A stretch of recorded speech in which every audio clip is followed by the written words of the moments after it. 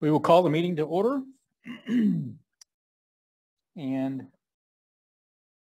we will start tonight with our pledge, Mr. Cooper.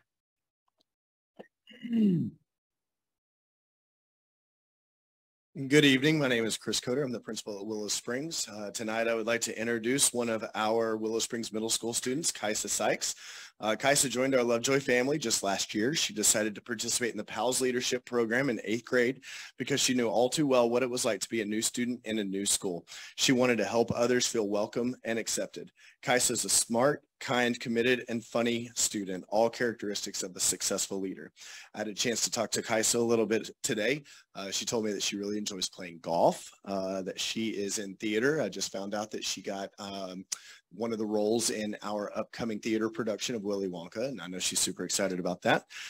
She also has a bull mastiff named Ridge that she loves to play with. So all of that being said, I'd like to welcome up Kaisa Sykes.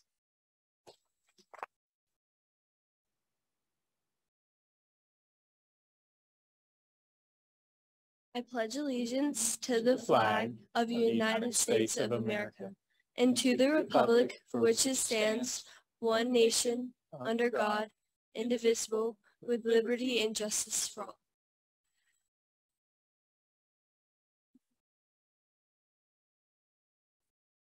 Mr. Clare, I think we're going to get a picture.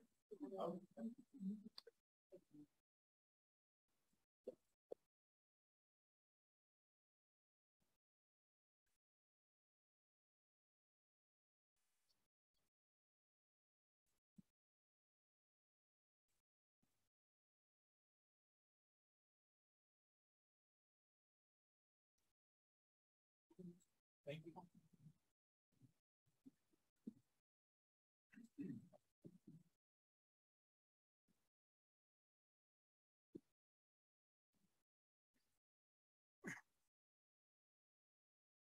Thank you very much and great job. Next up is our roll call. Let the minutes reflect that all board members were present. And with that, item 5 is introduction of new hires. Ms. Koenig or Mr. Parker, or both. And Ms. Cordell. Good evening, everyone. I'm going to ask Ms. Cordell to come up, and we are going to recognize our new hires. As Ms. Cordell will tell you, we give them a caramel apple and a pen, and the pen basically represents their next chapter in their professional career. We hope that they stay here and write that next chapter. And the apple, of course, symbolizes them in their teaching field and learning. So I'm going to ask Mr. Parker, you want to introduce our first introduction to our new hire? Thank you. My only new hire tonight, as you know, you guys approved an additional marshal for our school marshal team. And I have the pleasure to introduce Chris Murphy. You want to come on up, Chris? Mr. Murphy, before joining our Marshall team, he's an 8-year U.S. Army veteran. He's retired from the Denton Police Department, where he served in the Fugitive Apprehension Task Force in the Juvenile Crimes Division on the SWAT team and the U.S. Marshal Task Force. He just recently completed his TCOL training, where he can now serve and carry on our, after your approval tonight, can serve and carry in our schools. And we had a lot of good applicants.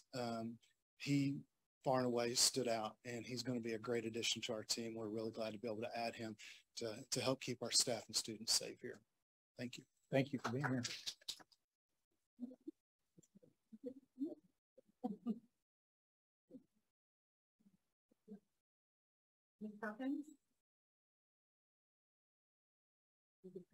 Hi. We have 2 staff members to introduce tonight from the Lovejoy Child Development Center. So the first one is Amanda Puckett. Amanda is our new coordinator for the Lovejoy Child Development Center, and she is going to be overseeing all of our early childhood programs as well as our after-school programs there. Amanda graduated from Texas A&M. And her family is here tonight, her husband, Scott, and her 2 sons. Barrett is a freshman at Lovejoy High School, and Bennett's in 6th grade at Sloan Creek. And we are super excited to have Amanda on the team.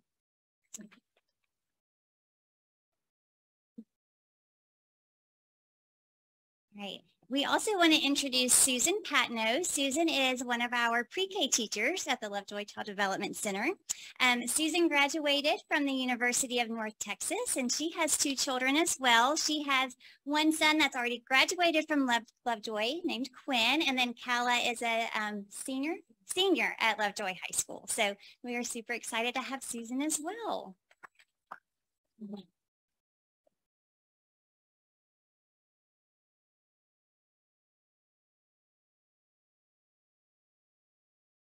All right. Thanks for having me tonight. Principal Travis Zambezi at the high school, and we've got 13 teachers to recognize that are new to campus. And so we'll start off first with a social studies teacher, Deborah Adams.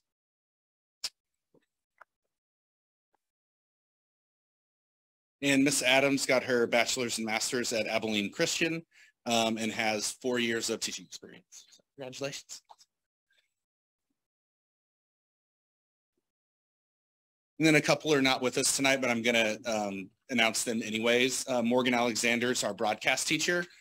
She has her bachelor's and master's from Syracuse, and this will be her first year teaching. So that's Miss Alexander. Next up, I know this person's here, just saw her. Miss DeMarco is a social studies teacher. She went to Smith College and DePaul University College of Law. She's been in education, and this is her first year teaching.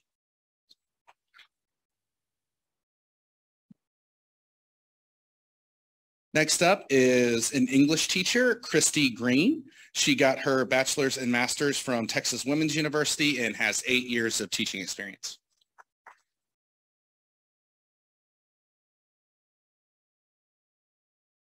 Next up is a science teacher, Miss Nezrini Haji. She went to the University of Texas at Dallas and has 4 years of teaching experience.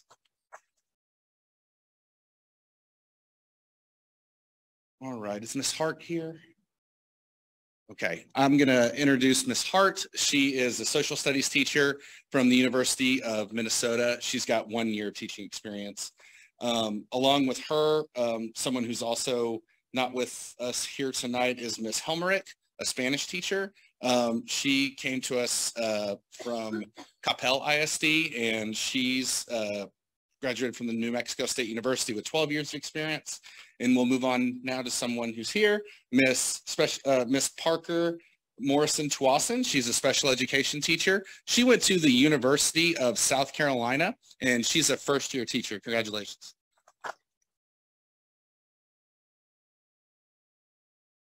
And next up is our new department lead for English. She's an English teacher. She came from Frisco ISD. Miss Elise Pollard, she went to East Texas Baptist and recently got her master's at Texas A&M University. This is her 4th year teaching.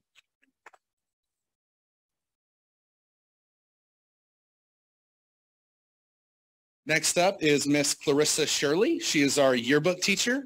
She went to the University of Texas at Austin and has 17 years of experience.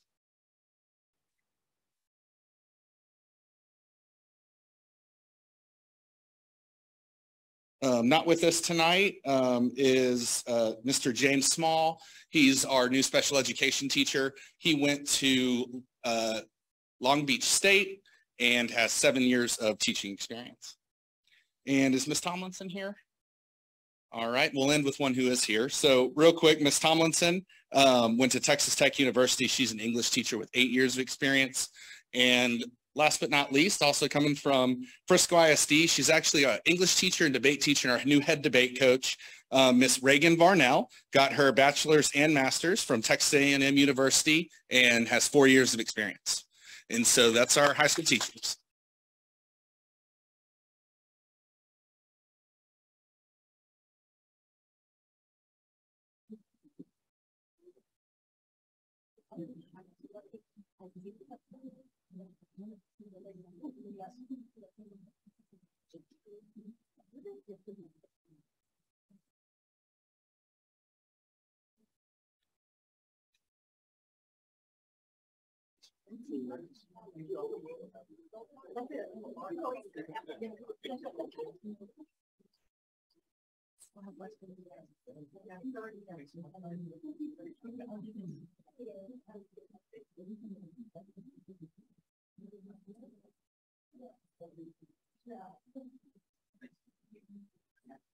All right, item 6, public comments related to August 29th, 2022 agenda item. We have no public comments. Thank you. All right, Mr. Bobo, would you lead us in the invocation, please? Yeah, everyone bow your heads. Dear God, we are grateful for all the parents, students, teachers, administrators, parents, volunteers in the Lovejoy community. Help be with us as we get rolling on the school year. Be with us as we educate and grow our students. I'm asking on behalf of the board and administration for wisdom to make good choices and decisions tonight, guide our thinking and sharpen our minds. May we all keep servant leadership in front of our minds. Amen. Thank you, Marvin. All right, item 8, notification item. Yes, I believe attached in your board docs is notifications of resignations and also notification of new hires. We've attached that for your review too. Thank you very much. Item 9 is our consent agenda. Are there any items noted that you would like pulled for discussion? If not, I'd entertain an action. I move we approve this consent agenda. So moved, Ann Smith. Second, Jeff Wood. All in favor? Aye. All opposed? Thank you. Item 10, presentation, debt service, and INS update. Dr. Duplessis.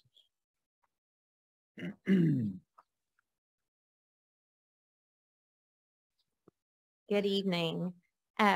This evening, we wanted to take a moment to discuss a portion of our budget that we haven't spent quite as much time on as we have the general fund over the last several months.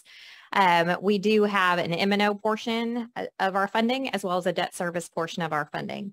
The debt service or interest and sinking fund portion is used to fund capital items such as building and construction through a series of bonds. And so our financial advisor, as all districts have, is Samco, and Doug Witt from Samco is with us here this evening to talk a little bit about our strategy around managing our debt service funds.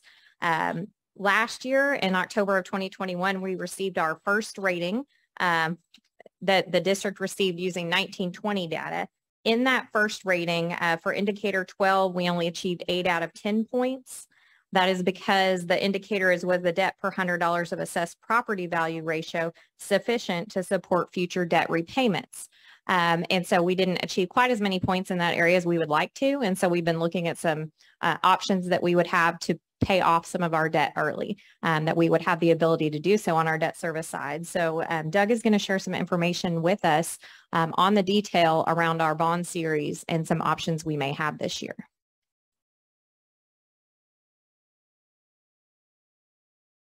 Okay, good evening. It's good to be back. Appreciate the opportunity to be here. We do have a presentation, and I'm guessing I'm running the control here. Okay. All right, so there are some small numbers. I see that y'all have pads there in front of you, so hopefully you can see those. I am going to pull out a hard copy. So the first slide here is historical statistics. The column 2 is your net taxable value. In 2012, 2013, it was at $1.5 billion. Today, it's at $3.6 billion. Your district, like many of our districts here in North Texas, had a big increase in the tax base this year.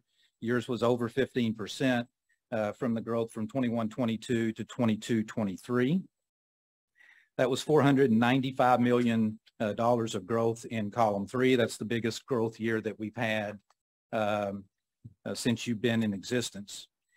Column 4, 5, and 6 is your historical tax rate. As Dr. Duplessis said, the maintenance and operating tax rate is in column 4. That rate is, funded by formula and mandate and compression. Our INS tax rate is shown in column 5, which is what the voters approved with the bonds that they approved. So we've been at 50 cents for quite some time now, and you can see there in 22-23 is where we are today. Column 7 is your interest and sinking fund balance on an 8/31 basis. So for Texas school districts, we have some on a June 30 and some on an 8/31 basis. All of our voted bonds are on the state fiscal year end, which is 8/31, which means our payments are in February and August. So we treat it on what we call a cash flow basis. We measure our INS fund balance, not what goes in your audit, but what we'll have after we make our August 15th payment. We collect taxes in January, which is used heavily to make the February 15th payment, and then the 6 months later is August. So this is on an 8/31 basis. You can see there that in a couple of years we got up into 2.6 million, and then shortly thereafter utilized that money for redemption of bonds, principal payment, and so forth. And so again, we're just below $2 million in 21-22, and where we go from 22-23 is what we're here to talk about some tonight. I failed to mention at the start, feel free to stop me at any time. There are many slides. If there's a question on any particular component, please let me know. All right, so again, talking about the history of our bond programs and our debt service fund, 2017, 2018, 2019, and 2021, the district issued a portion of the bonds that were approved by the voters in May of 2014. In the 2017 issue was just under 3.5% average interest rate. It was 15 million. It was amortized over the traditional school construction amortization length of just below 30 years at 28.5 years. The 18, the 19, and the 21 bonds were shorter maturities, 2.5 years for 2018, 2.5 years for the 21 school building portion for capital items. And then the 19 was some combination of capital items and construction, and it was a 20-year amortization with a 10-year optional redemption. All of the interest rates during this period are very reasonable, very low. You can see one was below 1% for a very short amortization in 2021. You have $9.5 million of authorized but unissued bonds from the May 2014 election. That's the amount of bonds that have not yet been issued. Moving to the next slide is in addition to issuing new money bonds, you have conducted many refunding bonds over this period of time, including my favorite in 2021, where it was a very big refunding for this district. It saved about $19.5 million. It's the bottom set of numbers at the bottom of this slide. That 2021 did a lot of things for us. It eliminated capital appreciation bonds for that series that we refunded. It significantly lowered the interest rate. We accelerated the amortization, and we shortened the final maturity by 3 years. All of that resulted in what I would characterize as a financial home run with $19.5 million of savings. The others were blocking and tackling type refundings that we will do.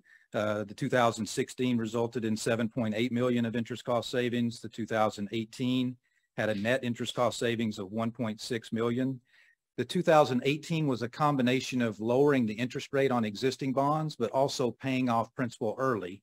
That's the $2 million cash contribution for principal reduction. So all during this period, when you were converting from K-6 to K-12, you obviously needed to issue bonds and finance school construction. Then we reached a point where we had gotten the schools constructed, and now you're amortizing bonds and paying them off early. So in the period of time that you've kind of converted from kind of a growing district to now an early amortization district is short by Texas standards because we're relatively landlocked. So it's a great case study for those who do what I do in terms of seeing the actual materialization, if you will, of going from fast growth to now early debt retirement. So again, refundings have been a big part of that. On the next page, the next slide, we also, in addition to the one combination refunding early redemption, you did a standalone defeasance and redemption in 2021 for the 2010 remaining maturity and the 2011 bonds that were outstanding.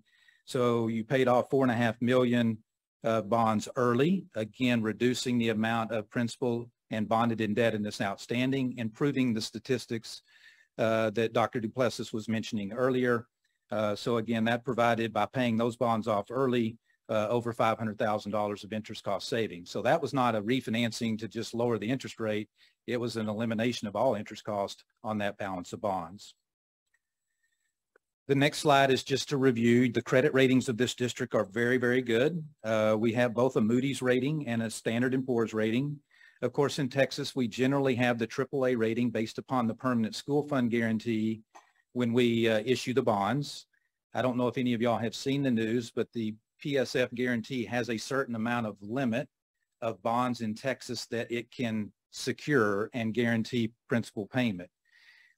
2 times now we've reached the limit and the program had to stop. And then we got an IRS ruling that raised the limit. We're at the point now where we need the IRS to raise the limit again. We have about $3 billion worth of capacity there, but that goes pretty quick when you see school districts issuing 300 million at a time. So one of the points of this is that if you see something from the PSF that says we've applied for the 9.5 million, there's no indication that you're going to issue that, but I'm getting us a placeholder for those bonds to be secured by the permanent school fund guarantee. And it will be your determination at a later date as to what your plan is with respect to that. But at least we have that secured for us when the time is right. So we have AA2 and AA minus underlying ratings. The Moody's AA2 is slightly higher by category than the AA minus. So S&P goes AA minus, AA, and then AA plus. Moody's goes AA1, AA2, AA3. We're right in the middle on the Moody's. These are big ratings for a district of this size of population and this size of tax base. So for example, your Moody's rating is the same rating as Allen's.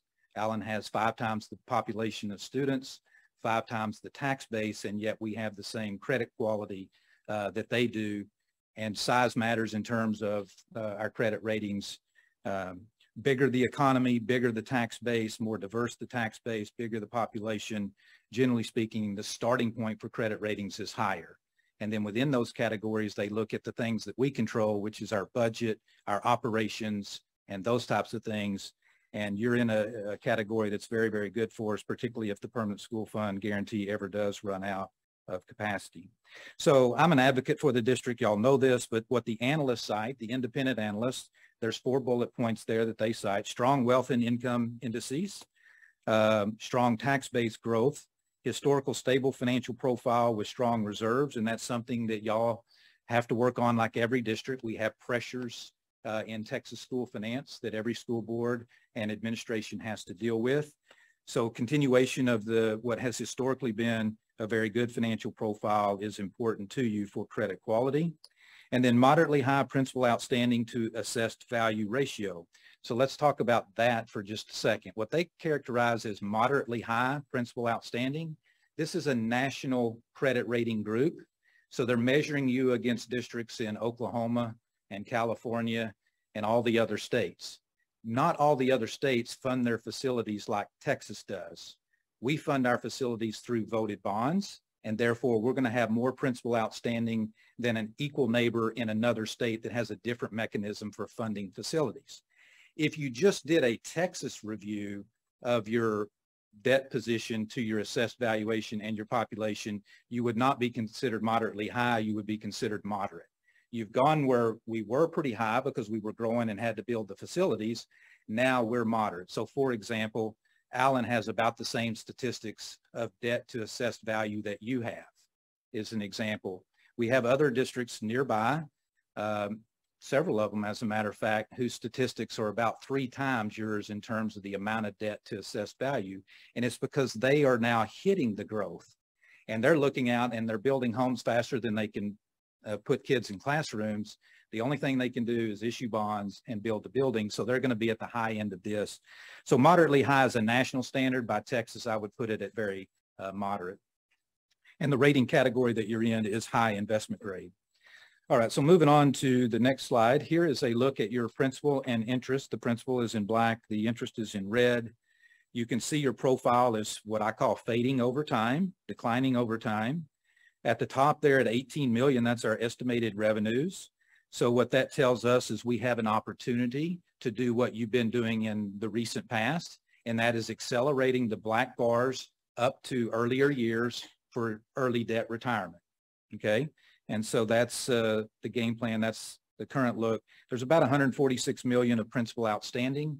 Again, I would characterize that in Texas as moderate for your population, moderate for your tax base, and with limited pressures on a go-forward basis. The next slide, I call it the coral snake graph. It's the same information, the same fading bar profile, except it has every series of bonds that you have outstanding color coded. The key to this is in the bottom right, at the very bottom, you'll see a kind of dark green. That is your oldest bond outstanding. That's a 2013 refunding bond, and that would be a target for early redemption. Those bonds are callable at any time. Those are bonds that we can pay off in this fiscal year. And so those would be the starting point for the acceleration of principal, taking what I would call first in, first out. So your oldest bond first, paying it off soonest, and the rest of the profile is there. This is an ongoing situation. These models look static on the screen and in our spreadsheets, but they are truly dynamic models that you'll be having this discussion 6 months from now, 12 months from now, 18 months from now on an ongoing basis. The next slide. Can't read it for the audience, but it is a look at each of those series of principal and interest by column. It's the same information except in spreadsheet format. All I'm doing here is highlighting column 2 in green. Those are the same bonds that we're talking about accelerating from a 29 payoff to a sooner payoff because we have a growth in our tax base and a need and desire to amortize principal early now that we have the opportunity to do that. So here are our approaching optional redemption dates. Again, you utilize to perfection the ones that you had in 2021. Here are our current optional redemption dates, the 2013, 8.8 million, maturities 23 to 29, and they're callable anytime. So that would be the target for early redemption. And then we have some bonds that are callable in 2024 and in 2025. Those are bonds that we'll be having the discussion of what we do with those in the future, whether it's pay it off early, refinance it at lower interest rates, change the principal amortization, change the structure of it. These are all decisions that will be forthcoming to us in the near future. On the next slide is the summary of an option that's available to you. Again, we're here tonight. There's no action item. This is a report. At your next board meeting, you may want this to be on the agenda for early redemption of a portion of the 2013 bonds. So if you go through the math of your budget versus your scheduled principal and interest and how much you could accelerate the principal, we're putting that number right around 3.2 million, which would leave next year's INS fund balance about where we are today. So in a good, healthy position, but not any excess and certainly not any depletion. And so that amount is 3.2 million. It would save interest cost of $387,600, and it would eliminate the 28 and 29 maturity and a portion of the 27 maturity. So it's making this bond much, much shorter. We can't pay it off all. We don't have that amount of cash available. We want to retain some in the INS fund balance to be healthy, but that is, I think, a good blend of utilizing the INS fund revenues for early redemption. If we do that, it looks like this on page 12. So here we take some of the bars in 28, 29, and 27. We accelerate it to 23. We balance the budget, and then you have this fading debt service profile on a go-forward basis that we get another snapshot to change 6 months, 12 months, and 18 months from now. So that's a look at the early redemption plan. If it is something that you want to consider, there is a preliminary schedule of events here. Tonight is kind of review our debt service fund, talk about the early redemption. September, if you wish, you can adopt a resolution allowing for the early redemption. February of 23 is the target payoff date. Again, we still have taxes that we need to collect in January for the scheduled principal that occurs in February. That would also be the time that we could accelerate some of that principal, February of 23. And then to be determined is that $9.5 million of authorized but unissued. What and when is the game plan for that? That will factor into our decisions 6 months, 18 months from now as we're looking at existing bonds plus any potential issuance of the new bonds from the voted authorization. So with that, that is a pretty quick report. I'll be happy to answer any questions that you may have. Again, not an action item tonight, just a report. But if it is something that you want to pursue, we can put this on a future agenda. So my understanding that what we're talking about with this early redemption would be similar to the previous 2 million that was done that you talked about in a couple of slides. So anything different than what we had done previously then? Yeah, so the 2 million slide was a combination of early redemption and refunding. Okay. So there we did two things. We couldn't pay off all of it. So we refinanced the portion that we could not pay off, but we paid off 2 million early. This one is a redemption only. It's an early redemption. We're not refinancing any bonds at today's interest rates. We're just paying off some bonds early. You conducted the big refunding before, but this one is similar to this slide on slide 8 or page 8. Excuse me, that's not it. My eyes failed me. It is page 5. On page 5, we did a standalone early redemption of the 2010 bonds and the 2011 bonds that were remaining at that time. Right. So that was a standalone done in early 2021. The refunding early redemption accelerated principal was conducted in late 2021. But to your point, you have a history of doing these early redemptions, both on a standalone basis and in combination with a refunding. Understand. So that all makes sense to me, and I understand the 3 million that's being contemplated or proposed right now.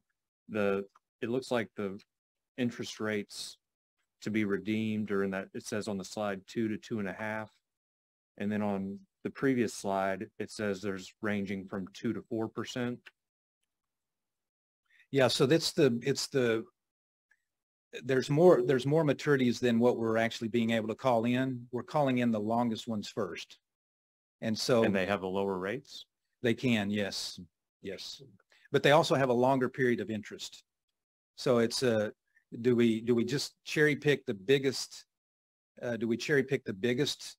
outstanding coupon rate, or do we go with the one that's outstanding the longest and get more years of interest savings? And it's kind of the first in, first out approach, knowing that it's not a one and done. This is an ongoing process. Right. And you have bigger bonds, bigger principal and bigger coupon rates that are coming up in the future. That was leading to my next question. Yeah. With as we contemplate this, I saw in the approaching optional redemptions is that other slide, and the bigger ones out there have possibly higher interest rates and much longer maturities, to where taking a pragmatic approach, and maybe not necessarily, and I don't know if doing the full amount you're talking about now potentially is the best option, but thinking forward as we have more options in the future, maybe having a year where we build that balance to have bigger impact a year later. Yes. Is that, I'm assuming that's work that you're going to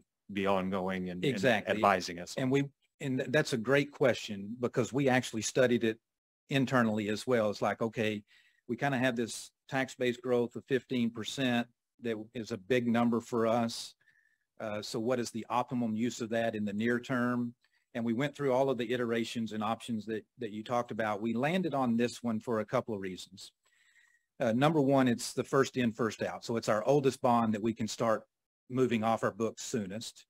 Number two is this is not a one and done. It's not our only use. So for example, if you go to the slide, this one here, where you see some 5% coupons, right?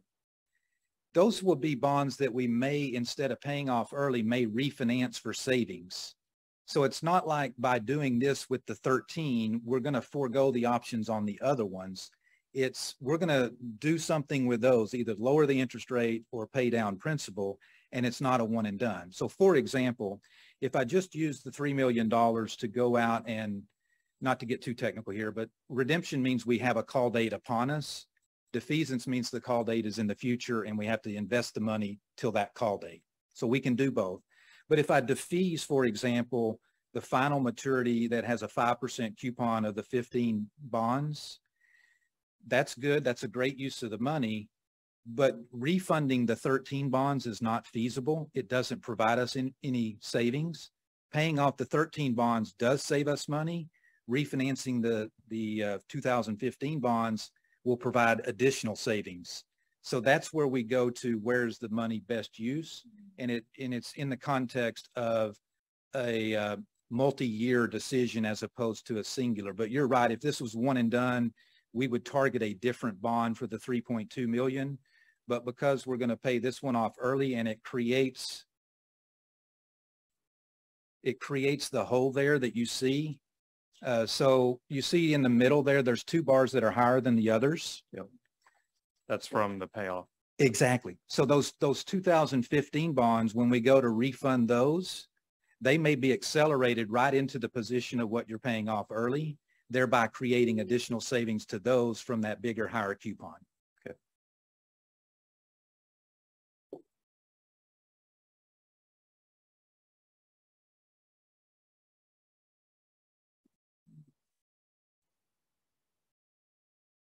It's a great profile to have, by the way. Not all of our districts have this. Right. Been a good problem for us. It is a good problem to have these options available. There have been times when we were trying to build buildings here as quick as possible to house the student population, and there's no doubt that growth puts stress on INS fund and debt service, and it would be the kind of combination of, can we afford to issue this amount of bonds and still pay for it with this tax rate? Those were the questions at one time. Now it's, how can we use it to pay off bonds early and position us for the future? We had some of those cabs at one point, right? We did. We did. Cabs are, they got a, this is more information you want, so I'm going to pare down my discussion of it. But cabs at one time got a bad publicity in Texas. They were really overused in California, and there was one gentleman in our district, in our state, excuse me, that was using them for a lot of districts. Overuse would be a fair way to say it. Cabs can be a very, very useful tool for school districts, particularly growing school districts. But the way to describe it is, if you need to hang a picture on the wall, you don't use a sledgehammer. So if we're hanging pictures on the wall, we don't need the sledgehammer. But if we need to go out and rebuild a road, we're going to need a sledgehammer. And so you use the tool that's most appropriate for the circumstance, and you don't overuse either one of them. In your case, there was a modest use and then a conversion and a payoff of them sooner than you ever could have predicted. So again, there was never anything in your bond rating, credit analysis, or otherwise that indicated that there was anything that would be characterized as overuse. It was actually a very protective use with plans to convert it when we could. And now you're, I think, down to zero. I'd have to double check that, but I think we're pretty much way past that arena. By the way, again, cabs got some bad publicity. We actually have to use them, or used to have to use them at times, for refunding bonds. So you would go out and take a $20 million bond program that was outstanding at 4%, and you were going to refinance it at 3%. And the only way we could meet a state law was for the refunding bonds to have some capital appreciation bonds associated with it. So again, they're not a bad tool, just don't use them incorrectly. Right.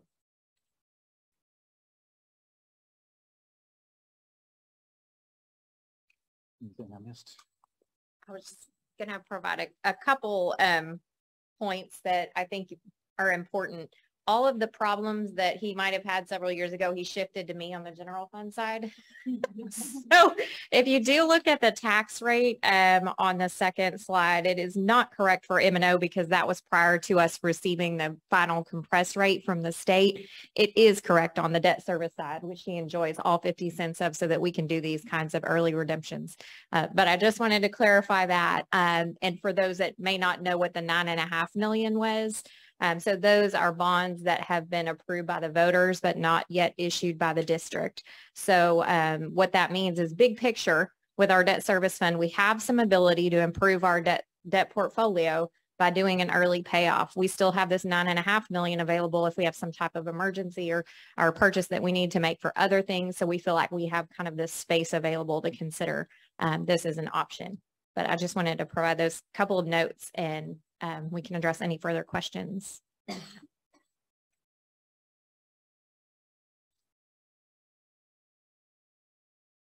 Further questions? Anybody? Any further questions? Thank you for the update. Yeah, thank y'all very much.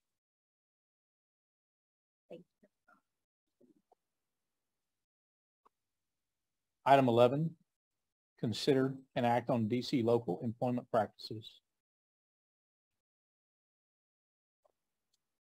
Okay, if you remember, we had discussed DC local, the employment practices at the board workshop.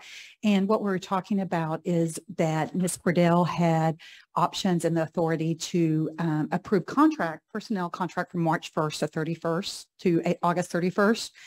And we were talking in this market, it's very difficult to hire teachers and employees, especially teachers right now. And we were discussing about giving her more authority to do it throughout the year.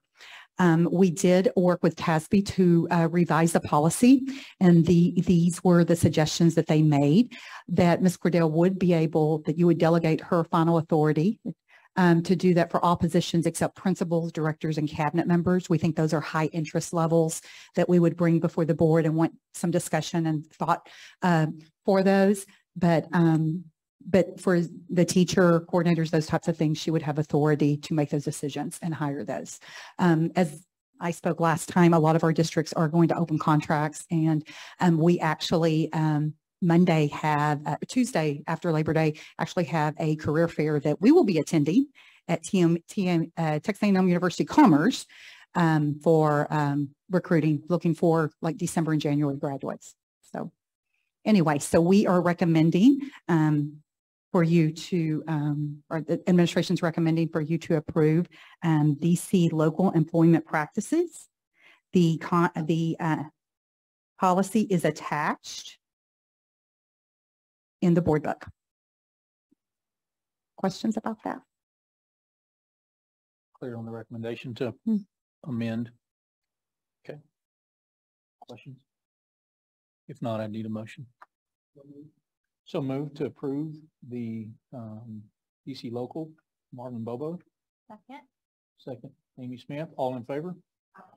Opposed? Okay. Next item is item 12. Consider and act on proposed deletion of board policy EF local and adoption of board policy EFA local and EFB local.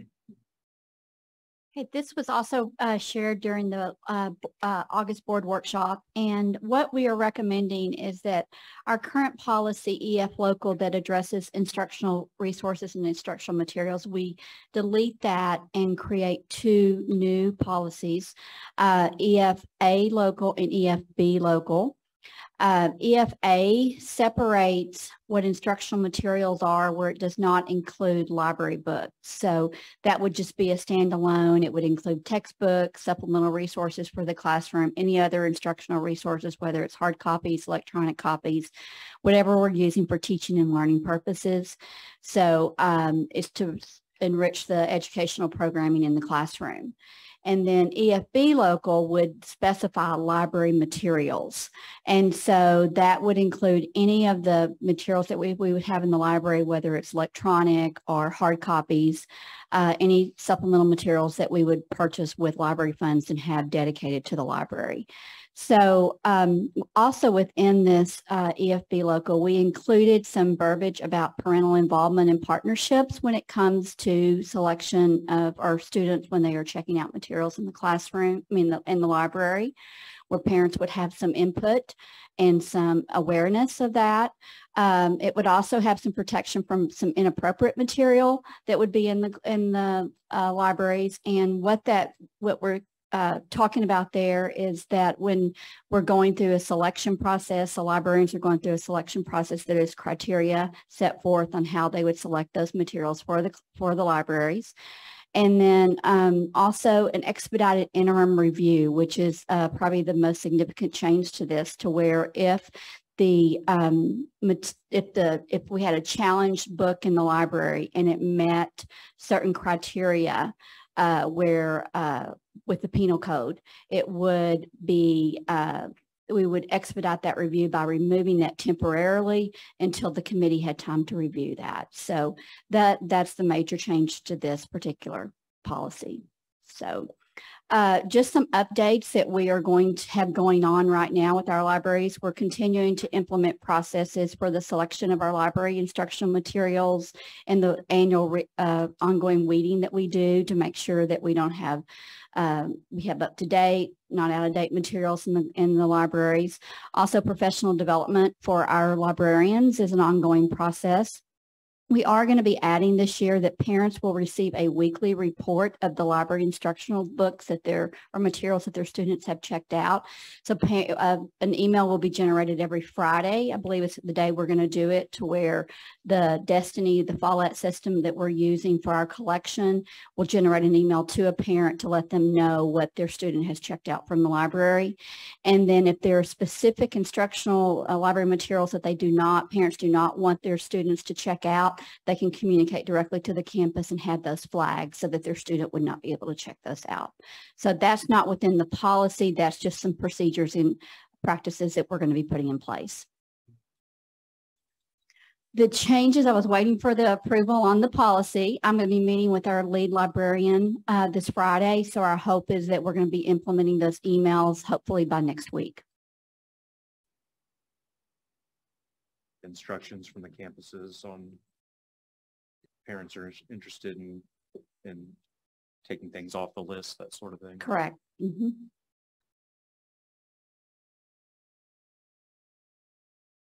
Other questions?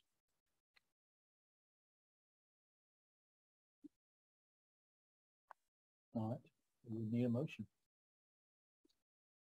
Move to make policy changes recommended for EFA and EFB local.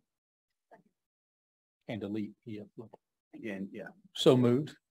Jeff Wood, second. Julie McLaughlin, all in favor? Aye. Opposed? Thank you. Thank you very much. And thank you for the work on all of that. Item 13, consider an act on revisions to board policy FNAA local, GKD local, and GKDA local. So again, this was shared with you at the board workshop earlier this month, and we're just making some updates to the FNAA. It was a little bit outdated, so the information you received, we just replaced some of the verbiage in there based on the TASB model. And that's it's based on student expression and distribution of non-school related literature. So we just had some clarification with that, and then also with GKD. I'm going to let Mr. Parker talk a little bit about that. We had a couple of additions to GKD legal to align GKD legal. I'm sorry, to GKD local to align it with GKD legal. We needed to update a couple of things. The first one was for us to establish a limited open forum for us to make available our facilities throughout the district. And what that does is it reserves our facilities based on certain topics and certain groups, however, not allowing us to discriminate based on viewpoint of those certain topics and certain groups. The second addition would be to allow groups underneath what is a classification called patriotic societies, such as the Boy Scouts, to let them utilize our facilities to perform their business without making those facilities available to them. So if the Boy Scouts want to come up and have make use of a classroom to have their meetings or a cafeteria, we would allow them to do that. And then there were some additional edits, just some editing pieces. You can see at the bottom those 4 items that we deleted and added just to make it grammatically correct.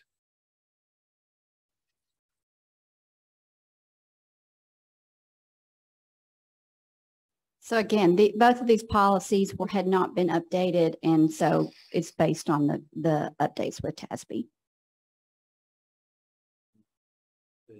To FNAA, GKD, and GKDA as recommended. Second. I have a motion by Mr. James to approve the item 13 as written, and a second by Ann Smith. All in favor? Aye. Opposed? Thank you.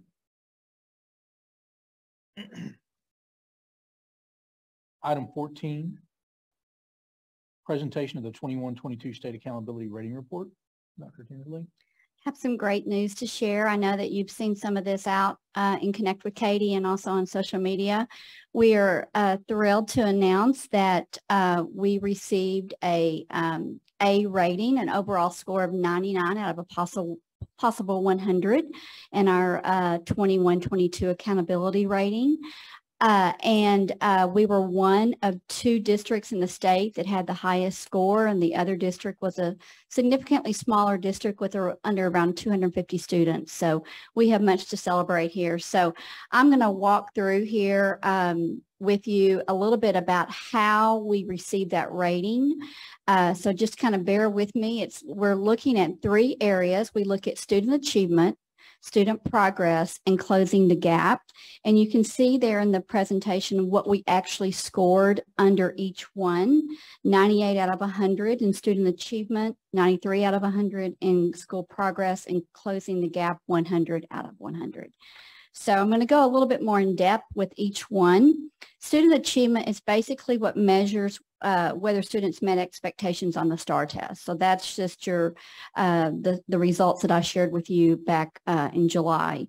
And it also measures our graduation rates and how prepared students are after they leave high school. So when you look at how that's calculated, 40% of that is based on STAR performance, 40% is on our CCMR, which is our college, career, and military readiness, and then our graduation rates. So looking at our STAR performance, we did very well. And in the chart here, you'll see on the areas where we had percentage of students approaching grade level or above. On the right column, you'll see how the state performed. And if you'll look in the middle column, that's the district. So again, we performed significantly higher than the state does. And then in the middle where the blue is, those are the students that met grade level or above. And then again, you can see the comparisons to the state. And then where I think we really need to celebrate here in Lovejoy is the percentage of students mastering grade level or above. That's a significant number and percentage when you look at each group there, where, for example, in all subjects in the state, the average was 23% of the students, and Lovejoy was 55%. So shout out to our principals and our staff for such great work on that. Then we look at college and career readiness and military readiness, and that measures, as I mentioned, graduates how to prepare for college, career, or military. And what I want you to notice here is that we have some areas that, again, the far right column is the state comparison to our district. The overall score based on SAT, ACT, TSIA, and earned credit for a college prep course, our district average was 84% and the state was 41%. So there are some areas that we do want to dig a little deeper in and see if there are some ways that we can adjust that to see if we're offering some of this, for example, in the EARN and the industry-based certification. Those are some areas that we feel like we can make some gains in, looking at some of our certifications through CTE. And we are going to be doing an audit this year of that program to understand where our students, where their interests are and where we can increase that percentage. The same with the level 1 and level 2 certificates, and then the associate's degrees too. So that's where we could produce students that when they enter college, they already have 2 years of college credit. So those are some areas that, again, I'll be coming back next month, hopefully with some more details on that, on additional data and the pathway that we think we can take. Graduation rates were 100%. So that's just, again, that's a great celebration to have here in Lovejoy. So that is all under student achievement. And then the next area is school progress. So this indicates how our students perform over time. And so for Lovejoy, that's looking at how students make gains from year to year. And we have a high percentage of our students that perform fairly high anyway. So there's not a lot of room for growth, if that makes sense. So out of the 3 areas, this is the one that you can take out, and this is the one that we do not, that doesn't actually count for us. So we can choose between the school progress and then the closing the gap. So we were rated on closing the gap in our student achievement. But just to give you an idea of school progress, the way that's calculated is academic growth, and that's just what I was referring to, and relative performance.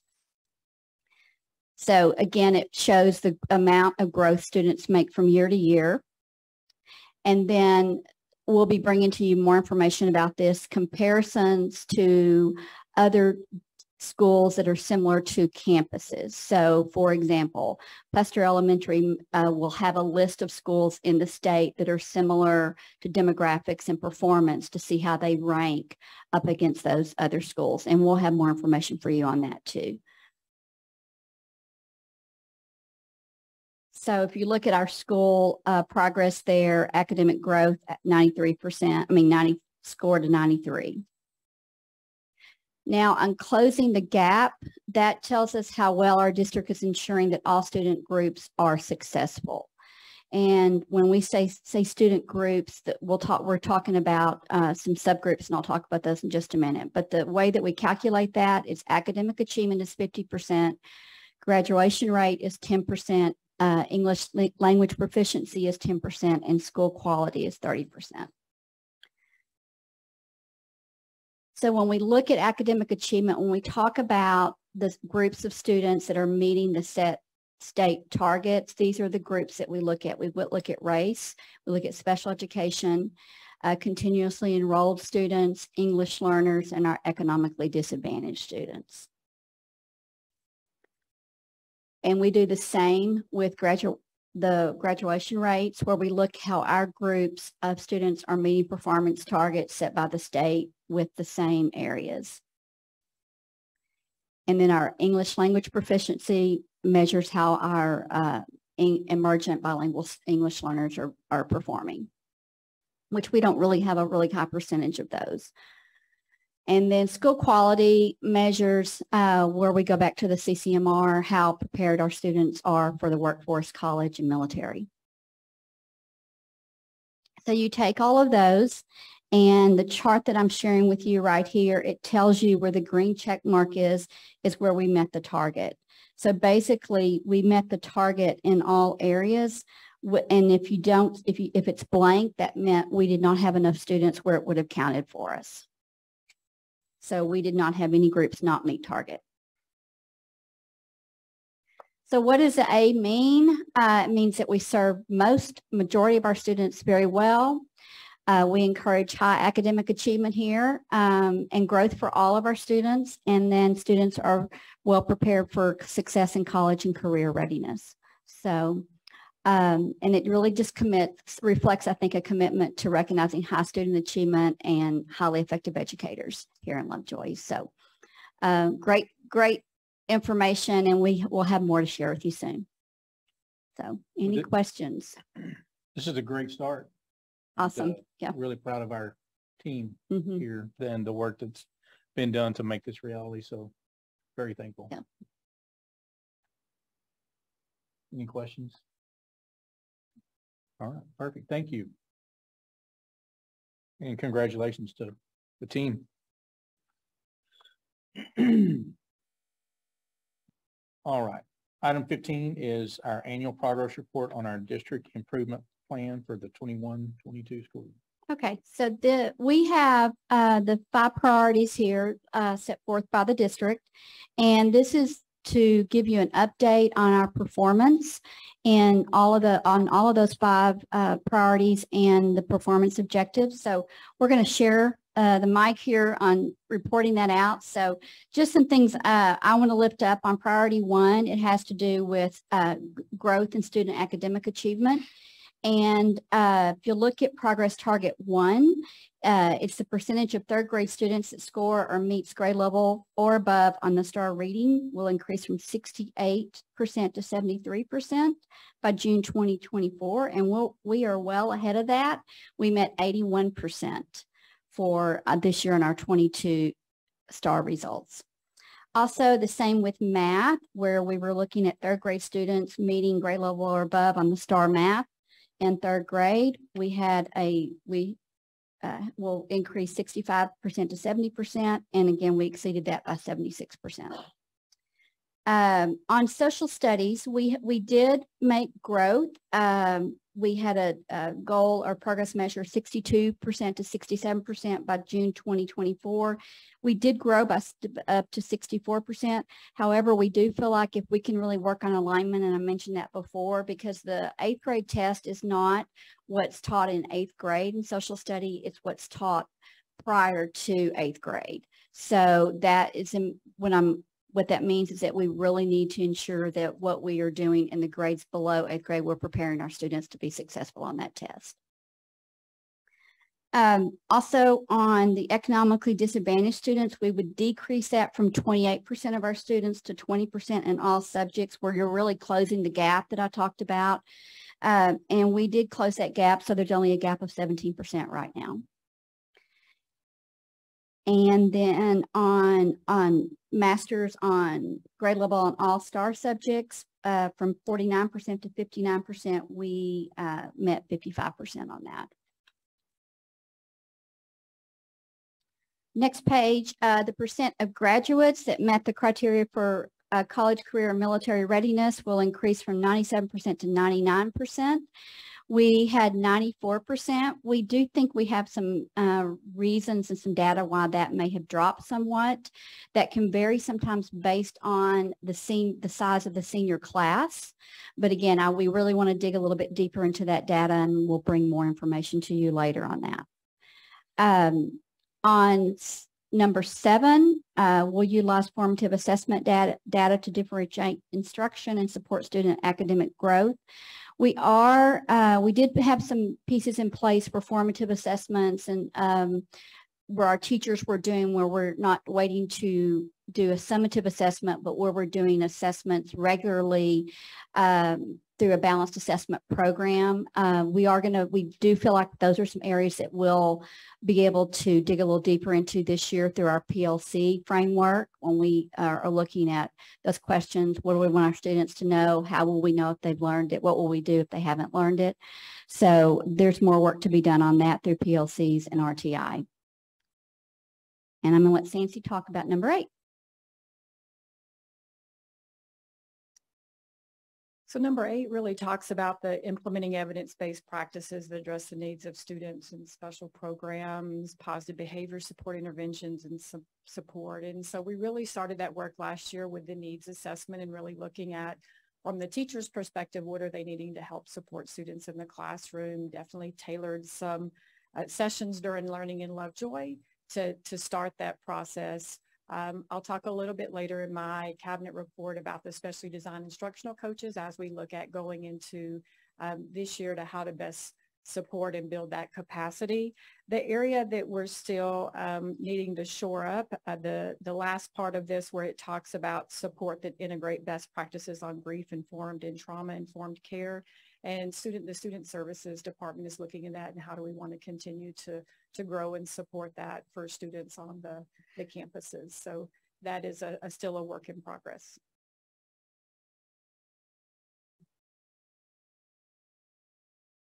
Number 9 is that Lovejoy ISD will implement a comprehensive school counseling program to include guidance, curriculum, responsive services, individual planning, and system support. And over the past year, we've really began to implement that comprehensive school model for school counselors. We've begun training, and really what that tells us or leads us to do is how are counselors spending their time, and making sure that they spend at least 80% of their time, at least 80% of their time in those counseling duties, and not spending them outside of those counseling duties. And so really what we're trying to do is make sure that our students get supported in those areas, and that they're being supported by the appropriate personnel, being school counselors. We've begun the training through that. We're going to continue training not only inside of the district, but also at Region 10 to allow some of the people who are focused on that comprehensive model to come out and make sure that they're guiding us and we're supporting and meeting the needs of our students in the way, in our counseling program, the way that they need to be met.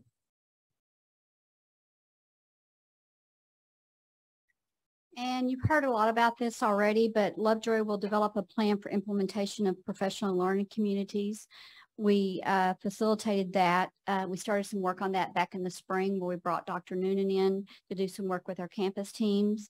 And then during Learning in Lovejoy, that was what our framework was for leading the learning. And then we'll be continuing that on September the 6th, where we're going to be going a little deeper into identifying some of our priority standards and having our teachers identify that within their grade level.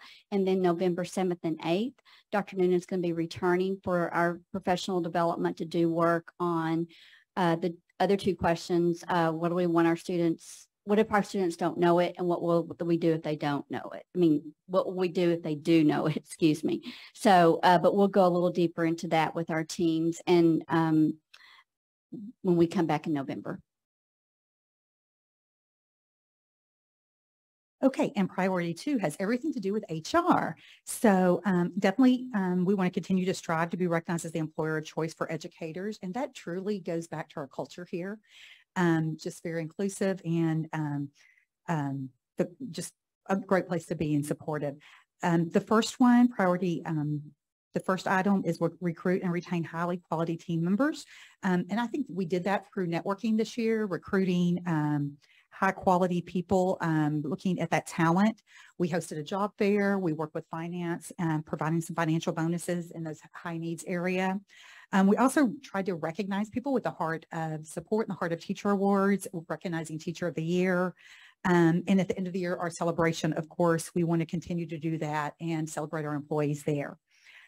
We felt really good because we only had one vacancy the first day of school. We know districts around us were not as fortunate.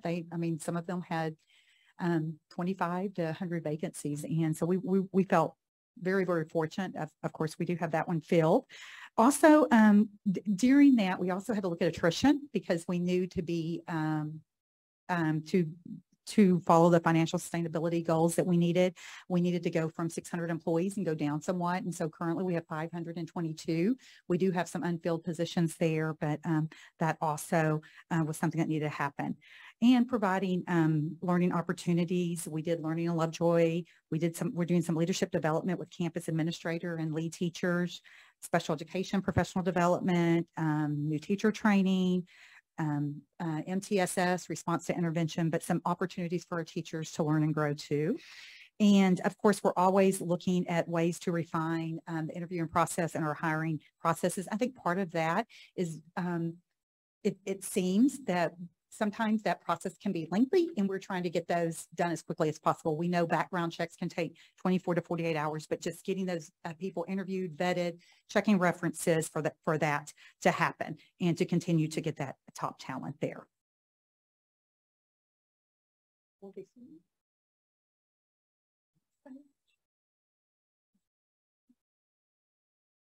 All right, so priority 3 of the district improvement plan is that Lovejoy ISD will evaluate all areas which impact the student experience with a sustained focus on continual improvement. And that priority goes on to explain the importance of organizational health and effectiveness, as well as long and short-term financial sustainability. So the first performance objective under priority 3 was during the spring of 22, Lovejoy ISD will implement a zero-based budgeting process. As our staff members in the room know, we started before the spring of 22. We started that process before Christmas break. And I think I've shared before, I'm just was so pleased with the work that everybody did on that project because it was quite an endeavor, but we ended up saving $300,000 going into this budget year because of that zero-based budgeting process. So I'm very proud of the work done there with the group. The second performance objective of priority 3 is during the 21-22 school year, Lovejoy ISD will launch a financial sustainability committee that includes parents, staff, and community members. So because I do math in my spare time, I thought there's one math problem I have not done yet, and that's how many hours did we spend in the financial sustainability committee meetings last year? We had 40 stakeholders, parents, staff, community members. We had 6 meetings that were about 2 hours each. So about 480 hours were spent of people's personal time to really build collaboration around our financial sustainability. So that occurred from December of 21 through May of 22, with those final recommendations being a big portion of the development and adoption of our budget this year, which will give us a surplus to continue to build our financial sustainability, which was much needed. The third performance objective in priority 3 was during the 21-22 school year, Lovejoy ISD will launch the Lovejoy 2030 strategic planning process that includes students, parents, staff, and community members.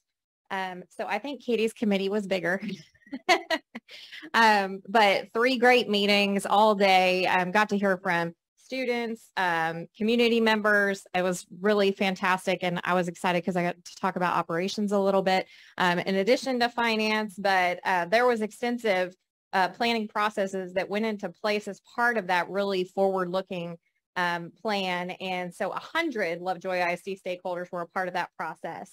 And so really proud of the work that's been done there too, and continue to build on that Lovejoy 2030 strategic plan going forward. So priority 4 is next. Okay, that's me. Priority 4 talks about developing a strong community connection and confidence through effective communication, both internal and external stakeholders. So the first one is evaluate the Lovejoy Scholar Program, including a cost-benefit analysis of tuition-based versus non-tuition-based. We did work with a demographer and looking at that and at projections, capacity study, all those types of things. We looked at financial models also to evaluate tuition rates. Currently, we have 231 Lovejoy scholars. We have 33 that are new scholars and 198 returning. And so just in tuition alone, that's a little bit over $1 million. So we felt like that was beneficial. Number 2 was implement a third-party communication audit that includes stakeholder feedback and input. We paused this basically for cost, and we felt like there were other priorities right now that need to be addressed. We will look at that again and reevaluate the need there. And then the last one was initiate development of partnerships with businesses, higher education, community organizations to benefit students, staff, and the district. We are currently doing that. We've developed partnerships with TAMU Commerce, looking at T-class grants, also looking at, I know I've become involved with the Chamber, Fairview Allen Chamber of Commerce, Business Industry Leader Panel was incorporated in strategic planning, and also at Learning in Lovejoy, which was helpful. And dedicated staff. I know Dr. Tinsley hired some dedicated staff to promote and initiate partnerships there. Yeah, and that was based on restructuring so that we could have dedicated staff to some areas that we had some gaps in. So we have someone right now that is a new coordinator that we restructured that position that is going to be looking at partnerships with higher ed and some business opportunities. The other piece on here also is that we have been in discussion, and we're going to be meeting with one of our local credit unions next week over at the high school to possibly put a center of credit union location over there for our students to actually work in a financial literacy center over there for our students. And then also looking at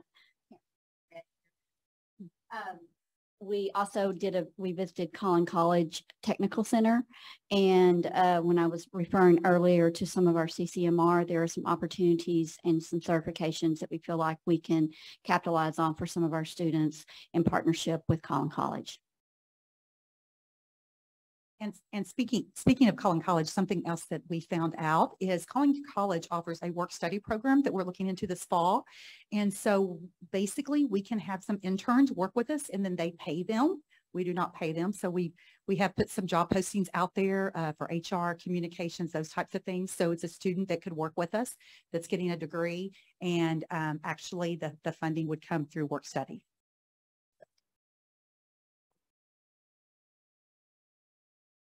Priority 5 addresses safety and security throughout the district, and the first part of Priority 5 is the implementation of additional communications throughout the district. And as you all know and are well versed in, what we've done to enhance over the past year to 2 years our communication plan and communication resources that we have throughout the district.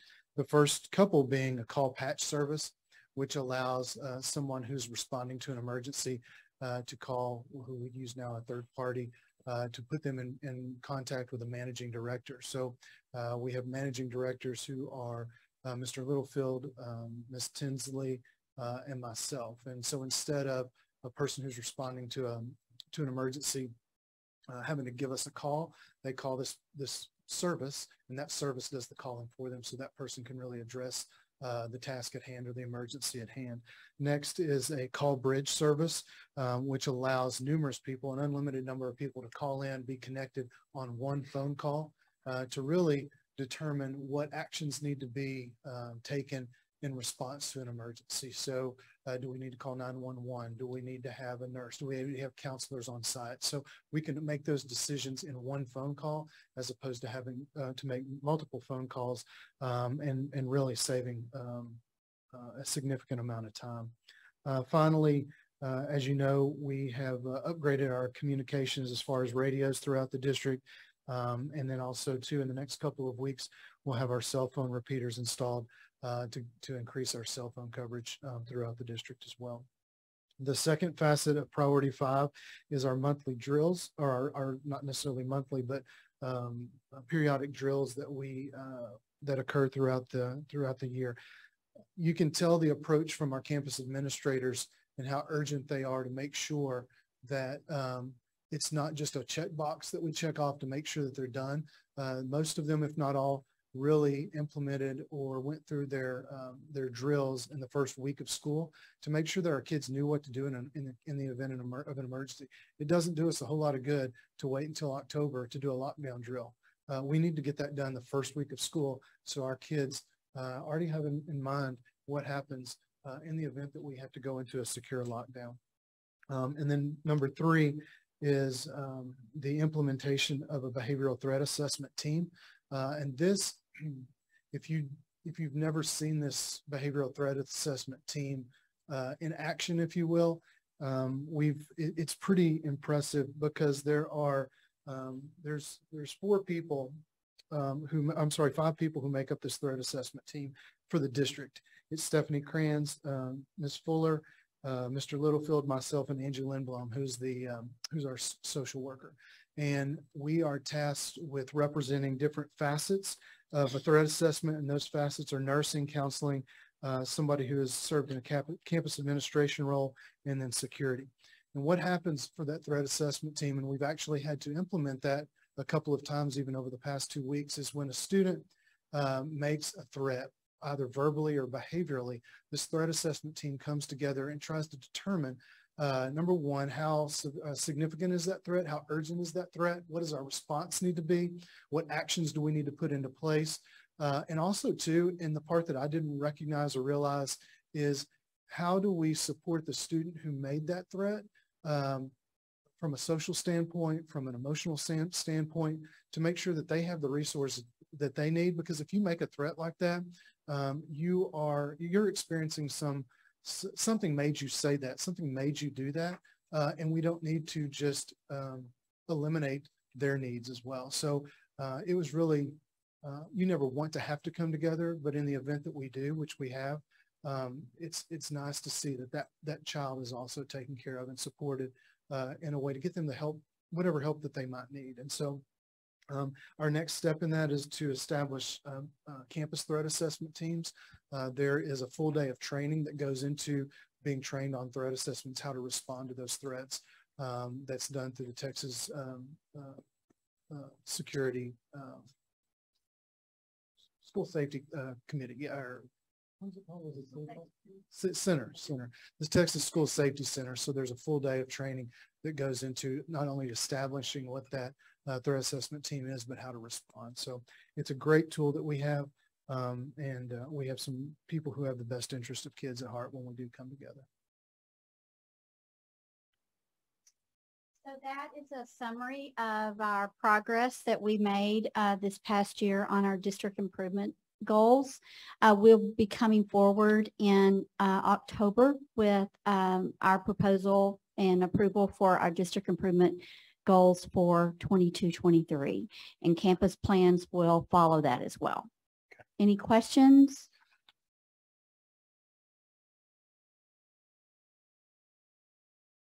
Questions? Thank you for the update.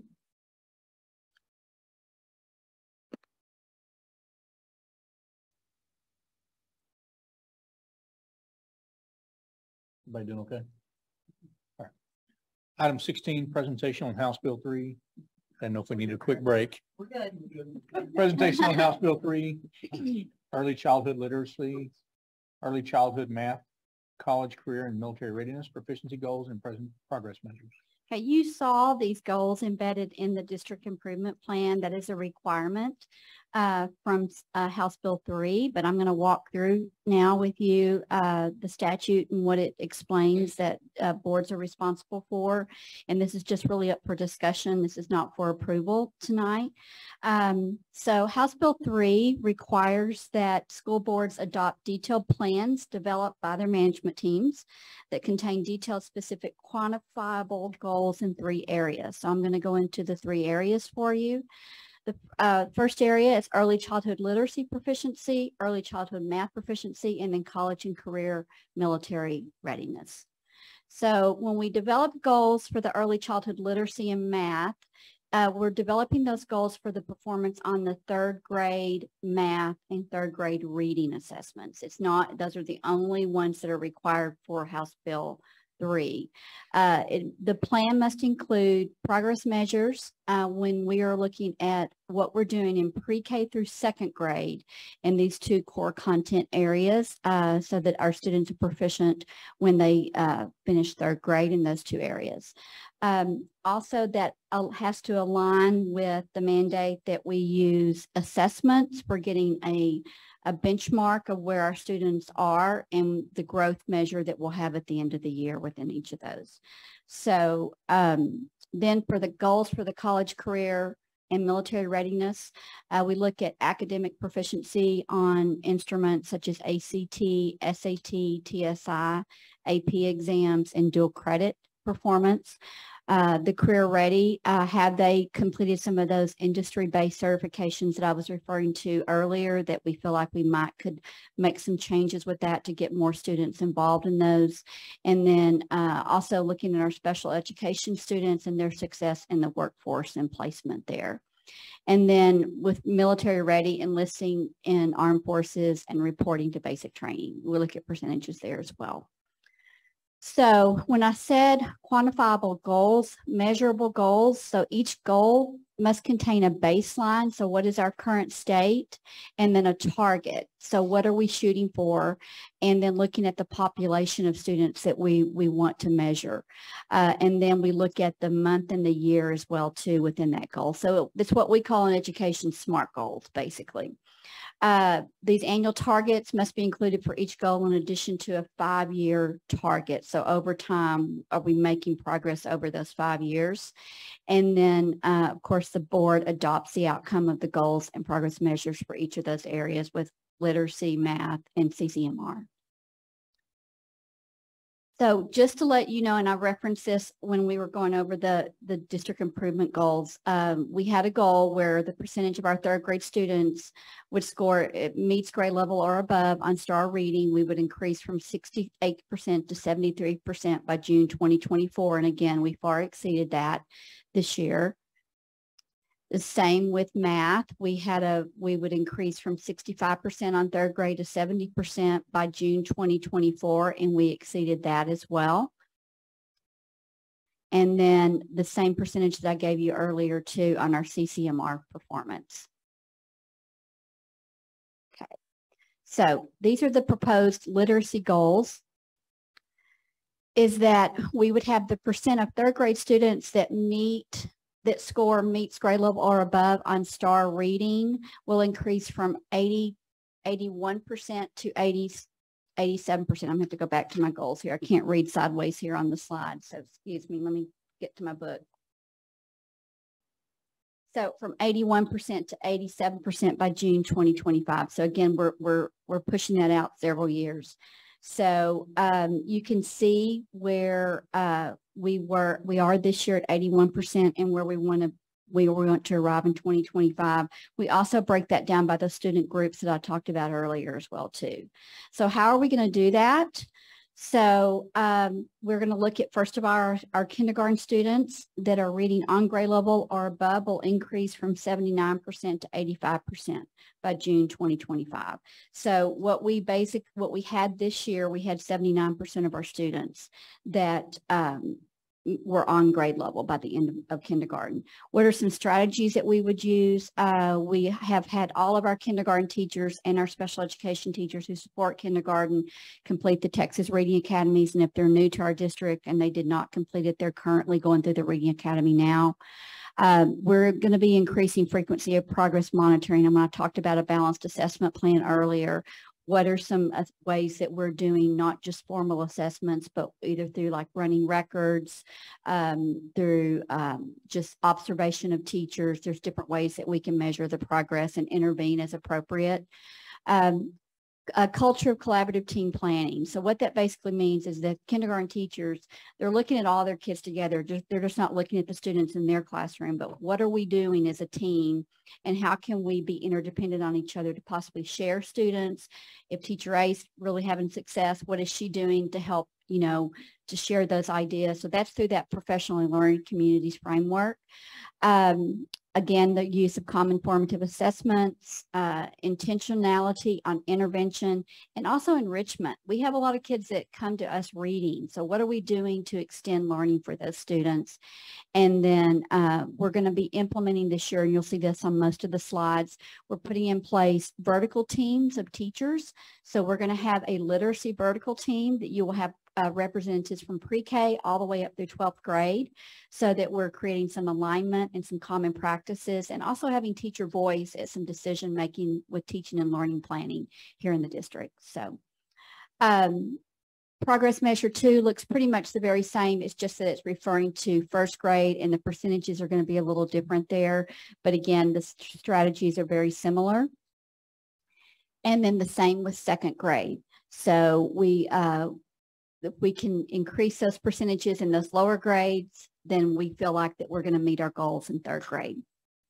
So any questions about the literacy goal? So early childhood math goals.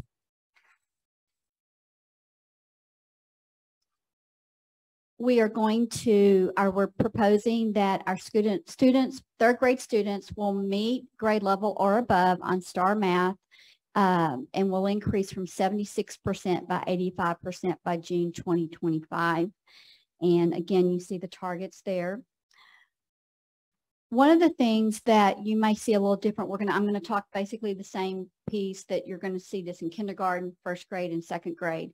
But one of the things when you look at the strategies, we have been awarded a grant through Texas Education Agency on building a math framework. And the goal is to really strengthen our foundational math programming through this grant. So we're excited about this opportunity. We think we can take the concept and transfer it to other content areas too. So we were one of a few districts in the state that we're the kind of on the ground floor of this new grant. So we hope that that's going to really help us in some of our math development here. And we do see that as an area that we feel like we can make some gains. So again, it's just the same basically for each grade level. And then college, career, and military readiness.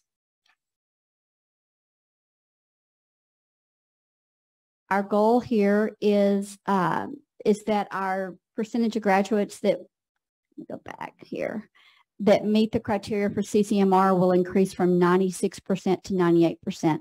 This is an area that we think if we can get this in check, that we might be 100 out of 100 maybe on our school rating, but we'll see. But this is an area that we really feel like we can make some gains.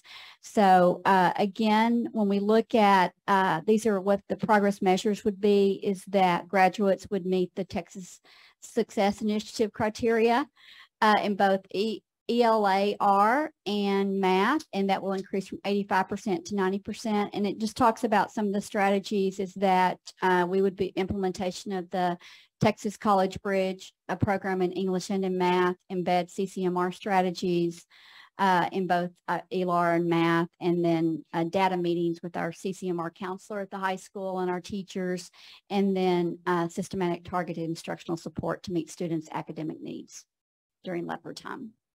Can I add one thing? I think just adding the CCMR counselor has been great because that's brand new. Absolutely. And the idea that every student at the high school level will have her website tells you what to do as a freshman, what to do as a sophomore. I think that's brilliant. So if that doesn't get you closer to the 100 you want, I mean, we're already there. We're getting there. Whoever decided to do that, thank you very much. I think it's really good for all the kids there. So. What the Texas College Bridge program is? I'm going to defer that to Mary here. Mary, can you talk a little bit about the College Bridge program? She's more the expert in that than me, if that's okay. Sure.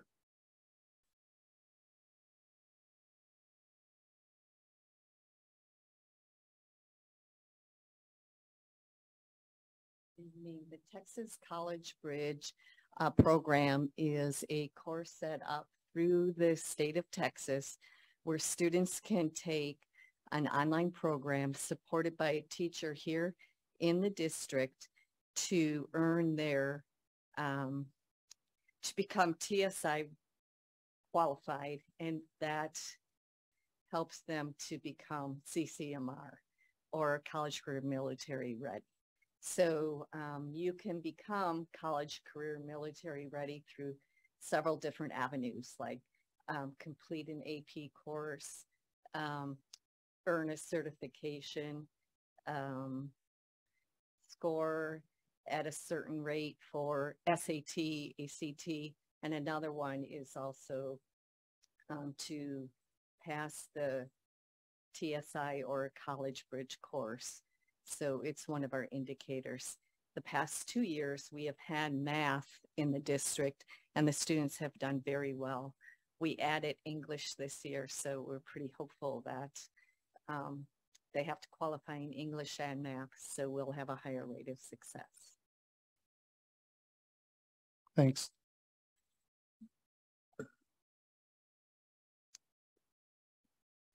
Progress measure 2 is that we're looking at AP exams in any subject area of increasing those percentages.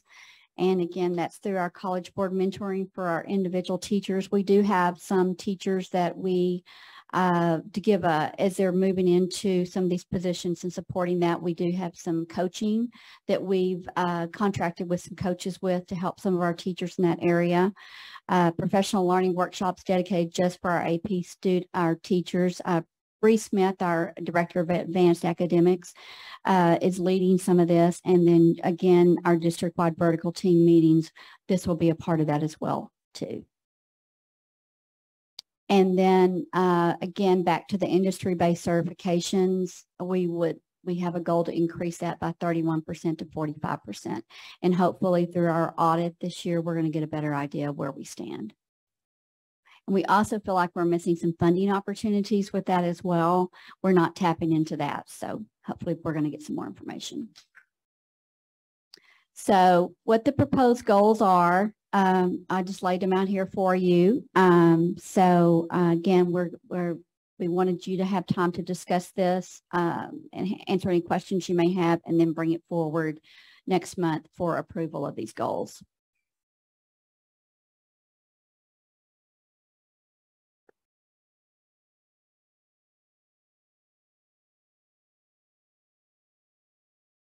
Right. Okay. All right. Thank you. Thank you.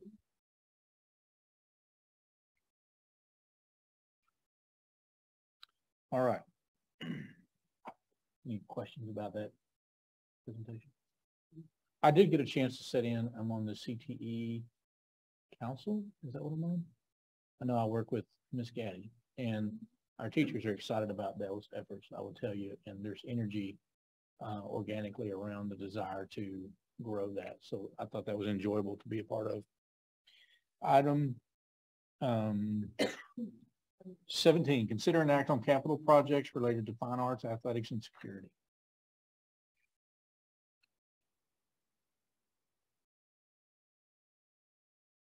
Good evening.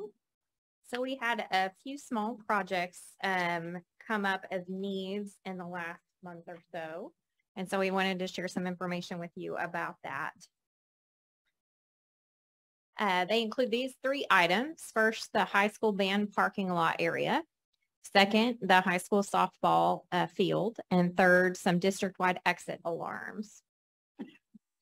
So if you have not been out to the high school near the multi-purpose building and attempted to park your vehicle, you might not have seen this, which occasionally presents a challenge for folks trying to identify their parking space. And in addition to that, in the same general area where some construction happened recently in the past year, in addition to just your basic weathering, because this has been kind of exacerbated by the construction that took place, these lines really do need to be repainted for safety. And in addition to allowing the band students to properly practice the field exercises that they had those painted for, as well as the dots for placement. As a former band student, we didn't have dots, and I'm sure that that's why we did not march nearly as well as our students do today. This is the softball field, and so you'll see there's some areas that have some padding needs for safety for our athletes. And so that's another area that's been noted. And last but not least, you might have heard what I have now borrowed the term, the sound of safety in some of our facilities when our exit doors are left ajar for a certain period of time. You'll hear a noise that's designed to indicate that a door has been left open. Because of all of the work that the safety and security team and the maintenance team have been doing and checking these, we found several areas where we just need to replace parts and fix things. So we do need to buy some spare batteries and equipment to keep these up to date and make sure we have those in stock and aren't waiting to order them. So these 3 projects altogether total $23,798, and you see the breakdown on the slide there. Each of these have been vetted and are with approved vendors that we can get, and were the low quote received or were with existing district vendors. So I'm excited, again, just want to repeat that we are going to be doing capital plan development for the longer term. We talked a little bit earlier this evening about the INS and debt service budget. So we will be kind of developing a more long-term plan. But again, these were just some immediate needs that came to the surface. And we do have current bond funds in our accounts that we could use to pay for these projects, thereby keeping it off of our general fund side as well, since they are deemed capital projects. Any questions? So softball, they're not in their actual season right now. Band, I think they are. How quickly, and what's the plan to get it painted so that they can quickly have their dots? It would happen pretty quickly. It will probably take longer to get the PO in place than it will for them to complete the work. Okay. For a couple of reasons. The company is a company I've used in the past. They're very quick, and our band group has a good relationship with this company as well. So they're very quick and accustomed to coming out and doing that. But also this is not typically the time, right, when people are doing that type of work. So we'll have to coordinate, of course, with the activities going on at the high school and make sure we're not painting while there's an event going on. But shouldn't be too long. They'll probably be very happy to hear that. So yes. Other questions? Not, we entertain a motion. So moved, Ann Smith. Second, Julie McLaughlin. All in favor? Aye. Favor? Whatever. All opposed? All in favor? All right. Item 18, consider and act on class size exemption resolution. Okay. Just wanted to share with you what our current class sizes are, averages. They look really great. I'm real excited. Our high school class size average 24 to 27. Every once in a while, we may have one at 29 or 30, but for the most part, when you're looking at the core classes, science, history, English, they're between 24 and 27. Willow Springs, 23 to 27. Sloan Creek, 22 to 24. And then Hart, right under 22, and Pester, around 21. I think that goes to our demographer and some of the work that was done previously earlier, that we were able to get that close in staffing with those projections. That truly helps. When we look at each by grade level, you can see in kindergarten, we actually hired for first grade, but we weren't sure, you know, who was coming. So we ended up moving that teacher to kindergarten, and we were glad we did. We were right at 101 in kindergarten at Hart, and first grade, we have 91 students, second grade, class average 21, third grade 22.8, and fourth grade. So you'll see there we will need 7 waivers. We need, and the reason for that being is currently we have 23 students in first grade in 3 classrooms there. And third grade, we have also 23 in 4 of those classrooms. In fourth grade, we have to ask for a waiver because we have a GT class. It's all GT because we cluster those at 24. So that's why we're asking for a waiver, because you can see the class average is small, but the GT class happens to be, you know, it's basically maximizing our resources there at Hart. Also, just to know on all of those where we are asking for waivers, we do have student teachers at Hart to help out too. Many of them are graduating in December, so we may be hiring. Cluster class sizes also look fairly good. Kindergarten 2021, first grade 20.5, second grade 22.8, third grade 21.83, and fourth grade. Once again, I think we did a great job of staffing there. We will be asking for 3 waivers in third grade there. I'm sorry, second grade. We'll be asking for 3 waivers there. So we have a few at 23 there. Okay. And I just wanted to review what that maximum class size exemption waiver is. Basically, we have what I'm asking for tonight is a resolution. So anytime a class does, we have 30 days to notify. We have to apply for the waiver with the state, with TEA. Once we apply, they usually approve it, and then we have to notify parents within 30 days of that happening. So that's the information there. We also, of course, are going to look at, it always goes back to student needs. You know, what are campus needs right now? Those classes are looking, you know, really good. And we do have some student teachers in some areas that we need them to be in. We look at disruption of student schedule. You know, if we were to add a teacher right now and had to move kids out of classrooms, I don't know how many parents, you know, would volunteer. And talking to our administrators and, of course, that highly qualified applicant, you know, we want someone that will do a good job in there, and looking at financial impact also. So those are some things that we look at there. So my recommendation, of course, is if you want to discuss, is to consider and act on the resolution for the class size exemption waiver. Once again, as I said, anytime we ask for a waiver, we will notify you and parents. Okay, so that's what our recommendation is. That the Board of Trustees approve the class size exemption waiver resolution. Questions for me?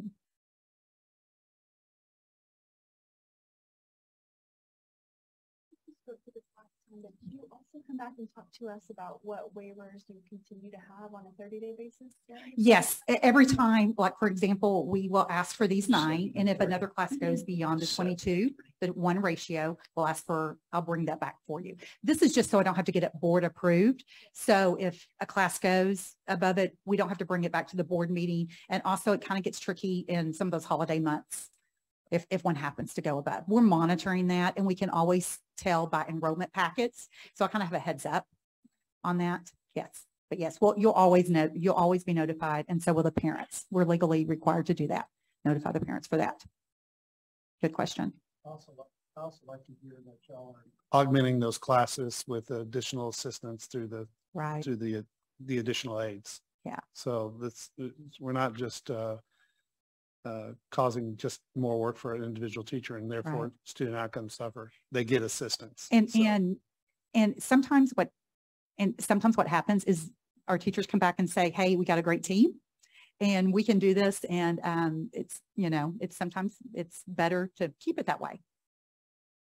I will tell you, at Pester, we do not have a student teacher there. They're at Hart, just so that for your awareness there.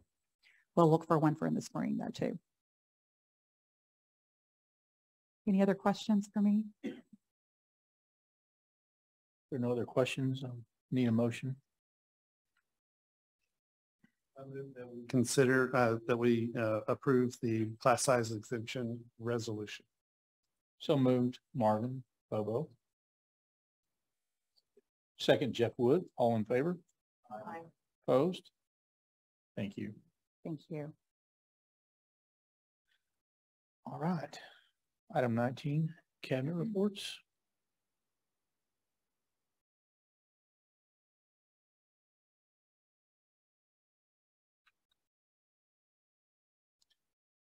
Good evening. So we wanted to share some updates on finance and operations. First, a couple of items in the finance area, just to keep you up to date on what has been going on. We did have our auditor, Carl Deaton, from the firm that the board engages to do our financial audit, come visit us. They did their site visit. They stay with us for a week and so gather a lot of data. And so they were very complimentary of the work of especially Thomas Willman in our finance department, our payroll department, our HR department, providing all of the information that they requested. So they'll be working on that, and they'll bring forward, of course, their report later in October, November timeframe. We also wanted to share some information that we have put out on the website so that people know where our information is related to the VA and how to access it. So I'm going to share a couple things on that here and an update on a risk management award that the district received. So you'll see here that you can visit the website lovejoyisdvatre.net to gather any information that you would want to know related to the voter approved tax ratification election that will go forward to the voters at the November general election on November 8th. And so Jack is going to help me kind of get to the website and show you where some of this information is. If you do go to the district website, it's hyperlinked directly from the homepage, and it will take you here. And so you can kind of scroll through. It's been designed into 3 steps. We've released first step 1, which is really about school finance concepts. And so you can see this information here. You can select any of the topics, and it will hyperlink you directly to that area. And so you can kind of see there's lots and lots of information on here. But we'll also point out that step 2 gives you a little bit more about the current budget outlook of the district. So you can also see that information here. And again, there's hyperlinked data. If there's something in particular that you want to jump to, you can get right there and then go back. Anytime you scroll down at the bottom, there's going to be a hyperlink button to take you right up back to the top. And so you'll see a lot of the data that we've gone through at our board meetings or the Financial Sustainability Committee meetings and so on and so forth. So step 3 will be coming soon, and that will be more about the actual election day data. You'll also see across the top that there's several items that are hyperlinked. And the first of those, one of those is the VA TRE FAQs. So you can click on that, and you can click on the red circle, and it will take you to a Google form. We've already received a couple of responses, but if you have a question about the VA TRE that has not been addressed on the website, or you would like to know more information, you can click on that and submit your question. There's also a link across that top red right bar that says request a presentation. So you can also complete that. And if you have a community or civic group in the area that meets that would like to have a presentation to learn more about it or ask questions, you can fill that form out there as well. So we just wanted to we talked a lot about the details, but wanted to share this informational resource that anybody can access pretty easily to get the information that they may want on the VA TRE. All right, and so that information is also linked in the presentation in the board book if you'd like to access it there. The next item I wanted to share was that we received an award from TASB Risk Management. Lovejoy ISD was awarded the Risk Management Fund Excellence Award, which is really designed to recognize districts that are applying solutions to risk management issues. So the application was submitted by Tina, and she was here a moment ago. I think she left. She didn't know that I was going to say this about her. So she submitted this because of the work that really she organized a lot of around getting rid of the portables, getting our staff and our stuff inside of permanent facilities really helps facilitate safety, as well as obviously we got the revenue from selling something that we were no longer using. So a lot of benefits were received from that. And so the district also gets $1,000 honorarium for the award. So Tina's not one to let me take a picture of her. So this is her in the hallway trying to fix the shredder because somebody got it jammed. And she will tell you also she was not the one to fix it. It took about 7 people, but it eventually did get fixed. Thank you, technology department. But she is just one of those that kind of jumps in and does a lot of odds and ends. Yes, she's over purchasing, but also risk management, also a lot of other things. So I just wanted to, if you see Tina, tell her, thank you for that. It was nice to see that come through.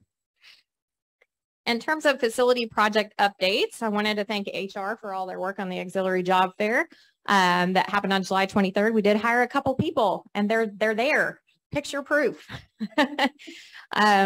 So we're happy to have any help that we can in our auxiliary departments. We still have about a 15-17% vacancy rate in custodial and more than that, 20-25% in student nutrition. So they're working very hard. I'm very proud of them. And so I was glad for every, 2 or 3 or 4 people that we can get, and that was a big help. Our salvage items, we're still kind of going through and cleaning up and moving things around. So you may see some things moving around still in the space. I know we talked about the playground, so we're going to finish up fencing there hopefully soon. The gym floors are complete. Power factor correction is complete. The playground equipment for Puster will probably happen over Christmas break. That's one of those things that has an extraordinarily even longer than normal lead time at this point. But just wanted to kind of give you a brief update on where some of those projects are and show you some pretty pictures. So this is the brand new floor at the auxiliary gym at Sloan Creek. It looks phenomenal. You will notice there are no holes. There are no watermarks. So they did a really good job with it. We also screened and recoded the Willow Springs Middle School gym floor. And the high school auxiliary gym floor is here, as well as the competition gym floor. It looked amazing when they were done with that one. So we were glad to be able to start the school with some good looking gym floors that really, more importantly, provide safety for our players. And then this is the not nearly as attractive, but yet interesting capacitor bank picture. Wanted to show you one. It looked like actually installed in the electrical room, since you'll probably never see it. But this equals savings. So. Love those. Anytime. On the safety projects we discussed recently, so we have installed the security doors and locks around this facility in the Child Development Center. Cell phone amplifiers have been ordered. They're expected to come in sometime soon, maybe in the next month. The sidewalk at the high school athletic area has been completed, and the additional entry for the Child Development Center will likely happen around Thanksgiving break due to the lead time on the doors. So again, just wanted to keep you updated on those items. All of the technology grants on the technology side for the foundation have been funded, so people are having fun ordering those items. And we did apply for some grant funding and are waiting to hear if we may get that for additional technology items. And so just kind of wanted to provide you with those brief updates. If you have any questions, I'll be glad to answer them. I do have a question around food service and custodians. Do I remember you offered incentive for attendance or referral, but we did attendance last year. Are we doing anything to incentivize and retain the hardworking people who are filling in gaps? That's a great question. So Matt and I talked specifically very recently about student nutrition. Frankly, after I observed some of the schools and it's just challenging. Having those continued vacancies on the student nutrition side is probably the most painful point right now because they have the highest vacancy rate. So one of the things that we did talk about is if we end up in the next few weeks having not been able to fill the positions as we were not able to fill last year, then we may bring forward a recommendation to do an attendance incentive for student nutrition. Our primary focus was to try to make sure we could fill those. But that may be something that we bring forward, particularly for that area because it is the highest vacancy rate and because the funds that we save on the student nutrition side, they're in a different fund, so they won't benefit the district financially by retaining that savings. Good question. Thank you. Thank you.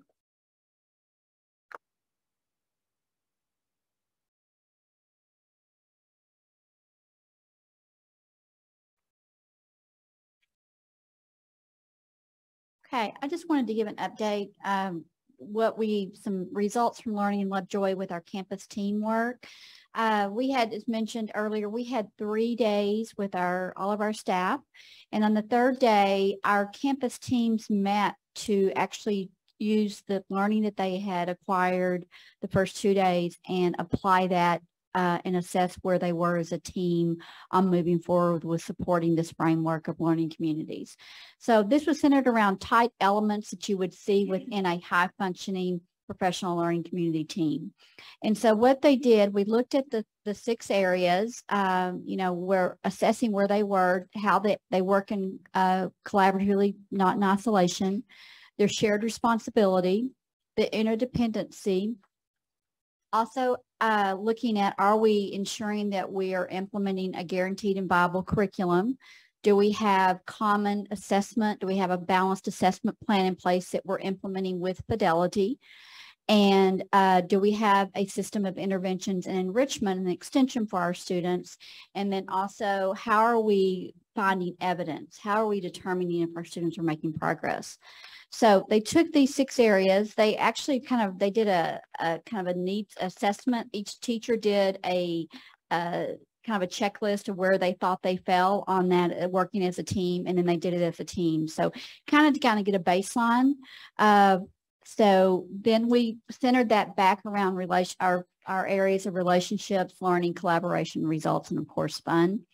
They also measured it when we talk about our organizational culture. So where do we really fall in this? Are we functioning as a campus at a surface in our culture, or are we down here in deep culture where our actions and our attitudes and our words align with what we talked about in the team there? So, each campus team was charged with determining what was most important for the campus and moving forward as a professional learning community.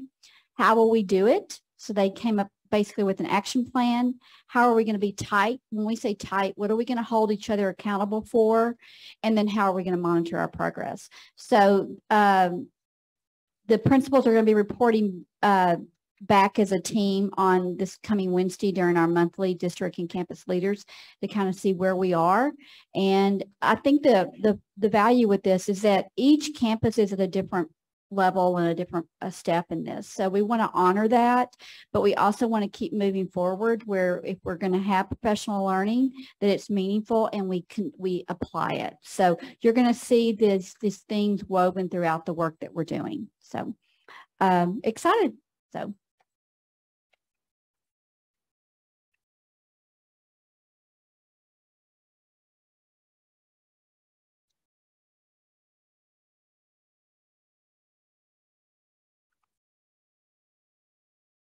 I wanted to lift up a couple of the structural changes in special education. You heard me preface it a little bit when I came up earlier, and we added 2 coordinators. So number 1, that's just one of me. And number 2, we have 2 special education coordinators, and I'll talk a little bit about what their roles are. The nice part, one of the coordinators, we were able to cover 80% of her salary out of federal funds through special education, and the other 20% would be local. And then the second coordinator, due to resignations and shifting and allocations of duties, we were able to really be a cost. It was a neutral. We just shifted and the role of that individual. She also is a special education coordinator and also supports our dyslexia program. We have 3 specially designed instructional coaches, and I'll talk a little bit about what their role is. Design-wise, we have 1 instructional coach that serves both of the elementary campuses, 1 instructional coach that serves Sloan Creek and Willow, and then the third one is at the high school and will also support the early childhood special education program that's here. And you're probably thinking, okay, that's a wide range from high school to early childhood, but the individual that's in that position has worked at both ends. So she definitely brings some nice pieces to the table. The other part that's really nice, because their role is building capacity, and all three of them not only have taught special education, but they've also taught general education. And again, that brings just another skill set to the table, because a lot of their work will be supporting general education staff and building their capacity of supporting students who receive services. And then 17 case managers, really what that equates to, those are special education teachers. So those really are the go-to that are supporting throughout the district. That would be from pre-K all the way through 12th grade. So really when we started at the first visual of really where some of the things that I get the opportunity in the district to do is really provide support and advisory roles for our campuses, and really get to support the special education coordinators and our special design instructional coaches. And it was really nice. We meet with the instructional coaches on Fridays and just really listening to the great work that they've already just started on the campuses and building relationships. And one of the coaches shared that a teacher on the campus said, "I don't think I've ever been asked this many times, do you need help?" And so it was just nice. Just some of it is just getting out there and seeing where the needs are and getting early adopters to being open to having some coaching sessions. I'm continuing to look at developing and facilitating the learning, not only for special education, but also for our dyslexia program. Building capacity, definitely I get the great opportunity to walk it with our campus leaders and the work that they do every day supporting students on their campuses. And they do a great job of sometimes just needing a think partner as they're thinking through how to support the program on their campus. And really collaborating not only from the budget and being fiscally mindful and prudent, but also making sure that we're supporting students and that we have the curriculum that we need to support all of the students in our program, meeting compliance, and then making sure that we are providing that support to our teachers. And so one of the things that we're doing, you heard me say case managers, what equates to our special education staff. Right now, we're meeting with them weekly and just making sure as the school year has gotten up and running, there's been some shifts. How do we make sure that we're answering their questions, that we're supporting them, and doing some hands-on learning in small chunks, and developing them for success on the campus. Again, I mentioned our special education coordinators. That is a new role. Their main job, their support for the campuses.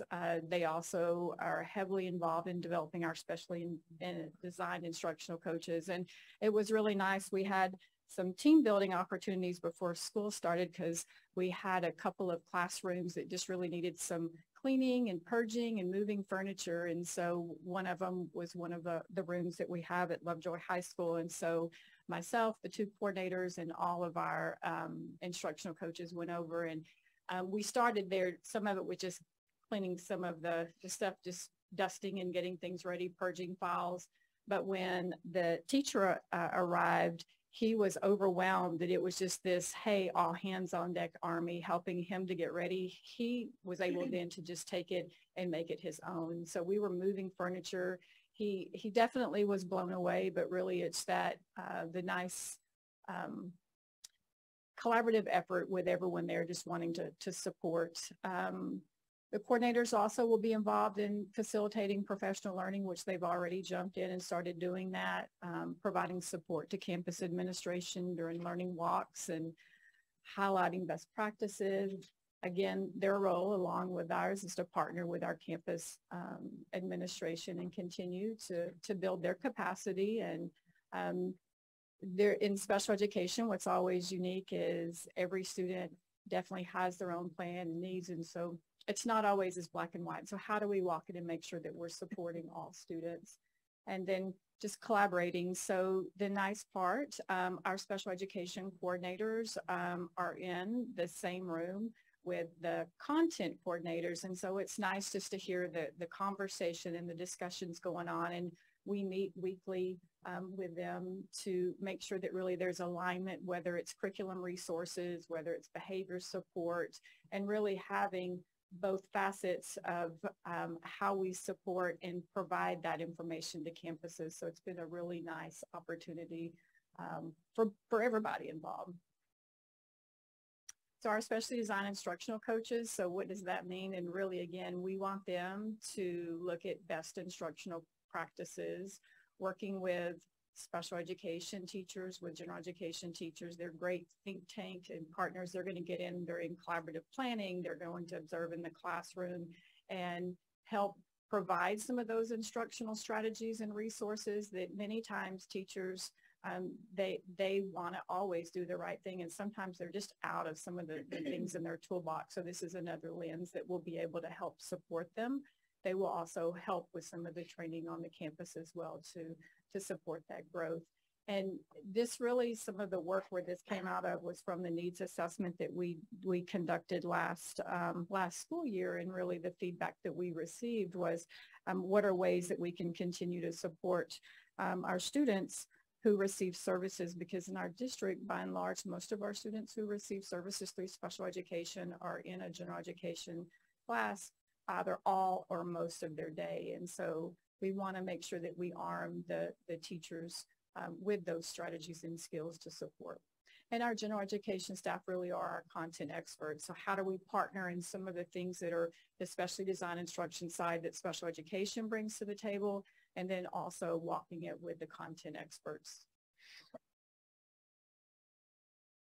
Our campus administrators, really we look at supports and how do we make that work. Again, that collaboration is important, and we are very blessed. I say that all the time when we're in interviews or even talking to parents who are considering coming to the district, because our campus administrators are really embrace and they partner and really want to make sure that they have the latest and greatest to support all students on their campus. And that doesn't happen in all school districts. So we have some great leaders that are supporting students. Their role would be to facilitate ARD meetings, and that really means they're following the agenda. By no means are they doing the ARD paperwork, but they're really keeping the meeting, making sure we're adhering to the time frame that we've set forth to the meetings. If things start getting a little bit out of off the rails, or sometimes parents may want to go a little further and we're not there yet, they can really help guide that and facilitate that, where it's a great time for parents to feel valued and share what they want to about their student, but help keep the meeting within a structure. They're the go-to to address concerns that are not resolved at the case manager level. And I have a slide at the end, because sometimes we get the question, well, who do I call? What if I have a question? And so there is a visual, but definitely our campus administrators, they want to know if there's a concern from a parent, if it can't be resolved from the case manager level. There also would be kind of that next level in communication. And then definitely planning the master schedule, student programming, and staffing support needs. Where we've been a think tank partner sometimes on the master schedule is sometimes it's kind of like when you've written a paper and you've looked at it and you're like, I think it's ready, but someone else looks at it and finds a mistake and you're like, I missed that. Sometimes that happens in the master schedule, and it's small little tweaks. And again, I appreciate their partnership to say, hey, can another set of eyes look at this so we can be efficient but still take care of students. Our general education teachers, definitely planning and teaching collectively, collaboratively with teams. That's important for our special education teachers and our general education staff that are in collaborative planning together, looking at data, having student talks, what's working, what's not working, monitoring progress, collaborating with the case manager. Sometimes it's pulling in, if there's some areas on the behavior side, is it pulling in either the campus counselor or a BCBA to help support and be a think partner with them. And then also they definitely have an integral part in communicating with parent and campus professional learning community. And you heard me say, yes, parents have a case manager, and we built that in place. So sometimes students have multiple people that are supporting a student. Sometimes it may be hard for a parent to know, where do I start? But they can also reach out to the general education teacher as well. They're going to be just as knowledgeable what's going on in the classroom. So nothing wrong with reaching out to them. And then our case manager provides specially designed instruction, academic and behavior supports. Their role also is to monitor grades and IEP progress. They also do that in conjunction with the general education teacher because many times there's shared goals or shared instruction that's going on. They're responsible for scheduling ARDs and taking care of the ARD paperwork. That's been pretty consistent with their role has always been responsible. And then also, again, you see communicate with parent and campus professional learning community. And so here's a visual on really who should I call. And it really starts at the campus. The case manager, the general education staff, most of the time they're going to have a lot of those answers. If there's some things that are specific to a student's programming, and when it says on here about related services, so that could be if a student received occupational therapy or physical therapy, there may be some specific questions that the case manager may have to get some answers or refer to one of those professionals. But definitely we want to make sure that's a starting point. If it's not resolved there, then definitely the campus administrator would want to know and wants to be a problem solver and another lens to be able to look through whatever concerns that the parent has brought forth. Following the flow of this district level support, so that could be the coordinators that are here. It could also be a lot of our related service staff members. So when I say that, that's occupational therapy, physical therapy, special education counselors, assistive technology. They're housed here but serve all campuses. So it could be a question that they may be able to help resolve. And then really the special education director, myself, definitely I'm happy to help answer questions. Most of the time when I get a call, I will listen, but I always have to go back to the campus administrator because they're going to know what's going on their campus to get the answer. And I do try to bridge them together because the students on their campus. But sometimes it is hard when there's multiple people on a student's team to know where to start.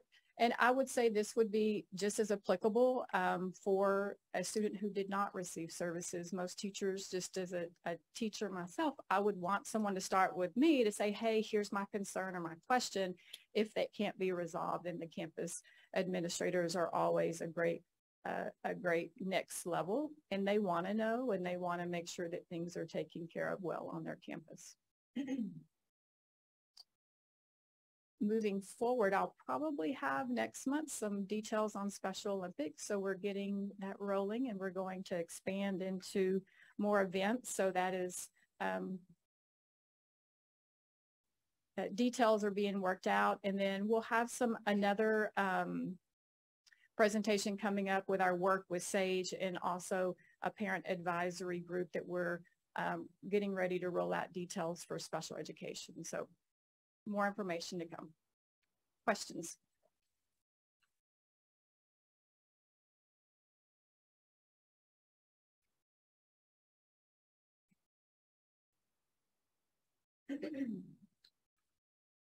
Right, I've got a couple of updates that I would like to share with you. The first one is in regards to transportation.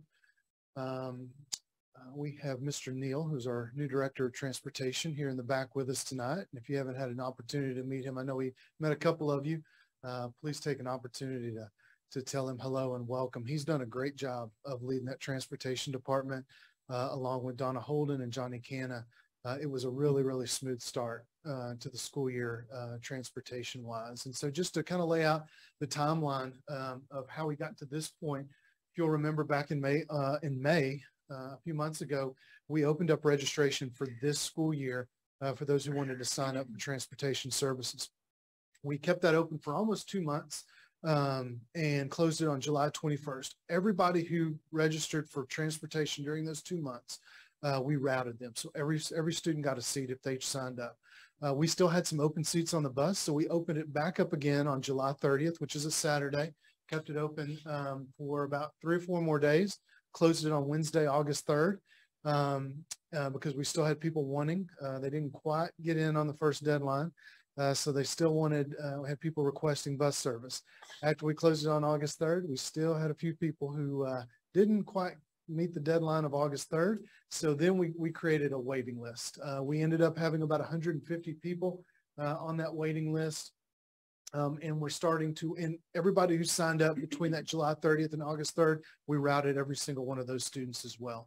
And so right now we're serving over 1,585 students. 1,585 was the number when I put the presentation together. We're still routing students. So Johnny, Donna, and Steve are going through that waiting list, and they're going through each student and determining this student would be on this route. Do we have enough seats on this route to put that particular student on? So just because they're number one on the waiting list doesn't mean that they'll get a seat. It's dependent upon what route that they would be on. So we right now have 12 regular routes.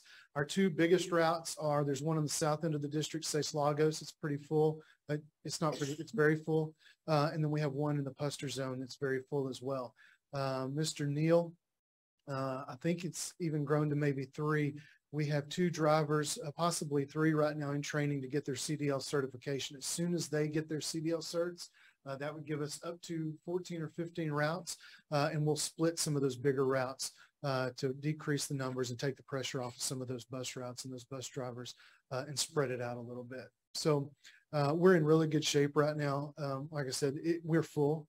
There's no doubt about it, but we're in a lot better shape than some other districts. I know we've said that I hate to compare us to districts all the time, but there's some districts who are missing double-digit numbers of bus drivers. And then some districts who bus drivers are having to go and deliver a route of students, come back and get another group of students, deliver their route, and even sometimes coming back and delivering another route. So they're driving 3 routes every morning and every afternoon to get kids to school. We're able to do that in 12 routes, hopefully in the next few weeks. Mr. Neal will have his other drivers certified, and we'll have, like I said, 14 or 15 routes. It made a huge difference also the way we assessed fees and collected fees. Last year, we collected fees on a monthly basis. That was a task because we were always sending emails, always making phone calls. If you want to continue bus service, please pay us. This year, we assessed and collected fees before the school year began, and now we've collected over $300,000. Some of that's a combination of people paying for one semester only or potentially for the full year. In October, we're going to open up the window to register for second semester bus services for the people who are currently on bus routes now. So they'll have the opportunity, if they've obviously paid for the entire school year, they're going to be on a bus route for the second semester. If they've only paid for a semester, the first semester, they're going to let us know, yes, we do still need it for the second semester, or no, we don't. After we get that number, we'll open it up to everybody then in the middle of November for the rest of the semester to potentially route any new riders for the rest of the year. So that process, I know Mr. Neal is really excited to open up that process of registering kids again, because it's a big process, but his team has really done a good job with that. So the next one is security updates. After the Uvalde tragedy, the governor came out and said, we are going to be doing random door checks. He never really gave any details on what that would look like, how they were going to go about that. Over the past few weeks, that has been rolled out to us of what the logistics of that are going to be. And so I wanted to share that with you. As you know, we are served under Region 10, the Region 10 Education Service Center in Richardson. The Region 10, the state is actually hiring auditors through the region service centers. Those auditors will be going around to each district doing door checks, basically. Prior to the door checks being done, they're going to make a phone call to our district, to Ms. Cordell, and they're going to tell us as a district, Ms. Cordell, what month the auditor will be coming into our district doing. So they may give her a call in October and say, we'll be there sometime during November. So sometime during the month of November, an auditor will come in from Region 10, and they'll be doing an intruder detection audit. They will also request some information from Ms. Cordell, who our first responders are in our area, who our marshals are. They will make a phone call to them and also let them know what month they'll be doing the intruder detection audits. They have made a commitment that all districts, at least one campus in each district, will be visited by an auditor throughout the state by December of 2022. So every district in the state of Texas will have at least one visit from an auditor by the end of the semester. By May of 2023, 75% of all campuses in the state will be visited. So we will get a visit by December. They won't tell us which campus will be visited. And then again, like I said, by the end of the school year, 75% of the campuses throughout the state will be visited by an auditor. So the way they're going to do that is through 3 phases. The first phase is random door checks. And this is why they give us a call and give us a heads up. There's going to be a random person, an auditor, who comes. They're not going to be dressed in a hoodie, looking like an invader. It's going to be, they're wanting to be as common looking as possible. So they're going to be in a polo shirt, a dress, khaki pants, whatever. They're not going to be looking like an intruder.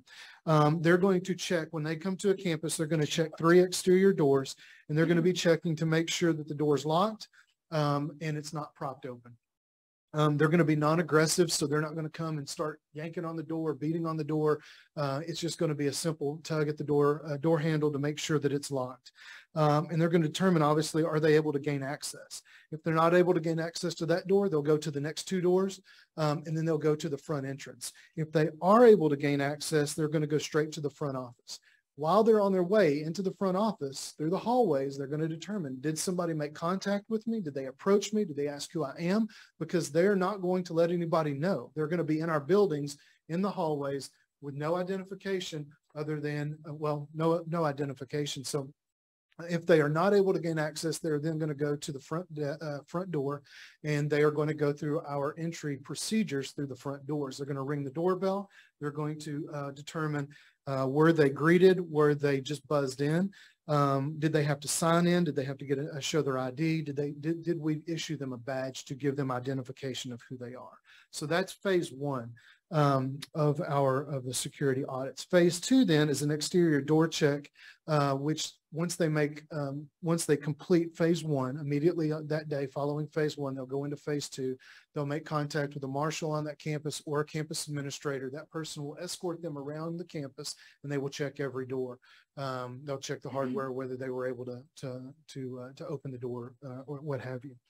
Phase 3 is the classroom door audit. So I want to be very clear about this part of it. They will check classroom doors only if we have a board policy or written guidelines that state that classroom doors are to be locked. We have an expectation that doors are locked and closed on every classroom. We do not have board policy. We do not have written guidelines. And so we will not be required to complete phase 3 of it because we don't have those policies written down or in board policy. So if we did, and there are some, the expectation is that schools do, but there is no mandate that schools have that. So that is one that we will not have to complete as far as the classroom doors. Some reminders that the audits, they will begin on September 12th, as early as September 12th. Once they complete the audits for that day, they're going to ask for our door sweep log. So one of the mandates and requirements is each week we have to do door sweeps and door checks throughout the campus. Casey and his team are doing them twice a day, so that will not be a problem for us to complete. But the minimum we have, or the minimum requirement we have to meet, is one door sweep per campus per week. And so they will ask to see either the digital version of that door sweep log or the physical, or we'll provide them a physical version of that. Finally, there will be a report left with the principal, which will be expected to be given to the superintendent. That day, the auditor will submit a report to the state, and the superintendent will receive a copy of that report within 5 days, reporting on what the findings of their audit is going to be. So we've finally gotten some guidelines on what those audits will look like. And finally, just an overview of our campus community security meetings. These were really successful, in my opinion. These were really successful meetings. We held, just to remind you, we had one meeting held at each campus, including the Child Development Center, and we had a really great turnout. We had a couple of campuses that were really close to 100 people who were in attendance. And the topics that Casey and I and then whoever the campus administrators were in attendance for each of those meetings. We talked about the tools that we used within our school system to keep our kids and our staff safe. So things such as the Rhino door locks, our PLD systems. Casey talked about the procedures and protocols that we have in place.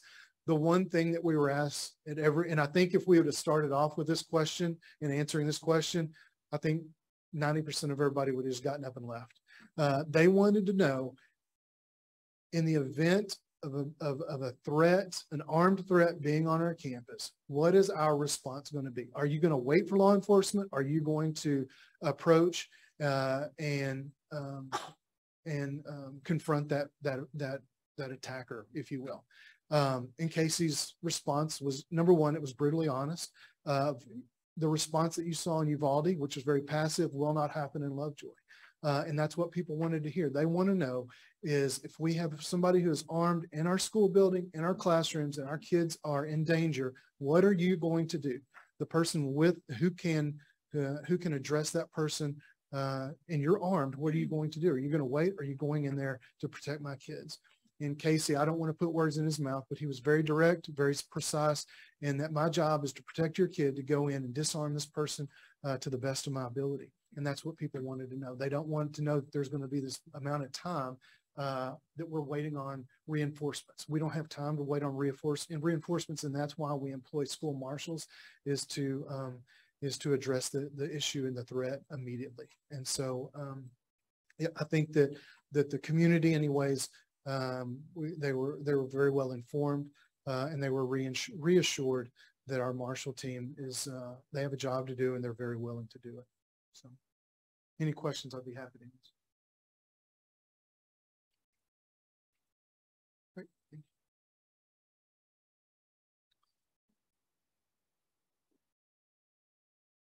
you. Okay, mine is short and sweet. Just some quick updates. Just wanted to let you know what our staffing totals are right now. So we have 275 teachers employed, and then 174 is more of support staff or staff members here at everything from directors, coordinators, those types of things, and then auxiliary staff for a total of 522. I believe we ran the numbers in February and they were over 600. So that's where we currently are. There are some positions that we still need support. We did hire a 6th grade science teacher. She'll start tomorrow. So we have that position filled.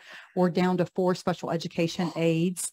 We're really trying to get support there. And of course, with custodial staff, after school, group leaders, and LVN, SLP, which is speech language pathologist, nurse, and child nutrition staff, we definitely need, as Dr. Duplessis said, definitely need staffing there.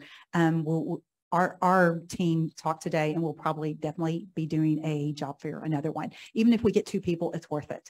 And to help our other folks out. And they are working hard, and we want to give them credit, but it's hard work, and we're doing everything we can to help support those programs.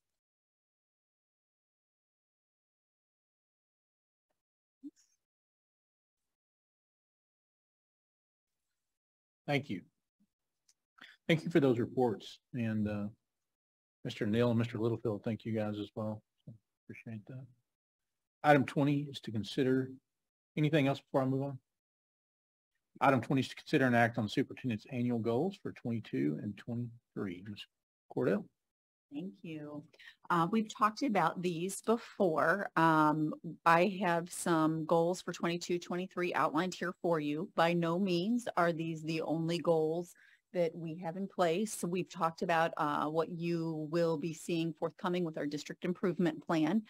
You had that annual update for the previous school year. This evening, I can tell you that'll only grow in detail as this team has time to identify and get very specific with those desired outcomes, and then our strategies to achieve those. You'll also see that in our Lovejoy 2030 strategic plan, we have some key indicators as well, and I'll talk about that a little bit more in a minute. And then you all know as well, as part of my annual evaluation process, there's accountability for academic outcomes, and that's an integral part of that process. This evening, Dr. Tinsley did a great job of bringing forward a very specific focus on student learning outcomes. The first goal listed here, increased focus on student outcomes at board meetings and workshops. I'm very pleased to have on here. We have had a focus, I think really the last couple years, that has had a center on our financial challenges. And while we still have those challenges and while we're still working very strategically on those things, we wanted to make sure that we keep the center of what we do, which is student learning and providing our students with an exceptional learning experience, the center of our conversations, the center of our focus in terms of leadership, and keeping that in front of our community. And so you'll see an increasing focus on that at our board meetings and workshops that we bring forward. Keep in mind that this will both include those academic outcomes as measured by STAR, but also our outcomes, our student learning outcomes in multiple areas, some of which we are very, very proud of because they embody those future ready skills that our students need to build for their success, regardless of what areas they go into when they leave Lovejoy ISD.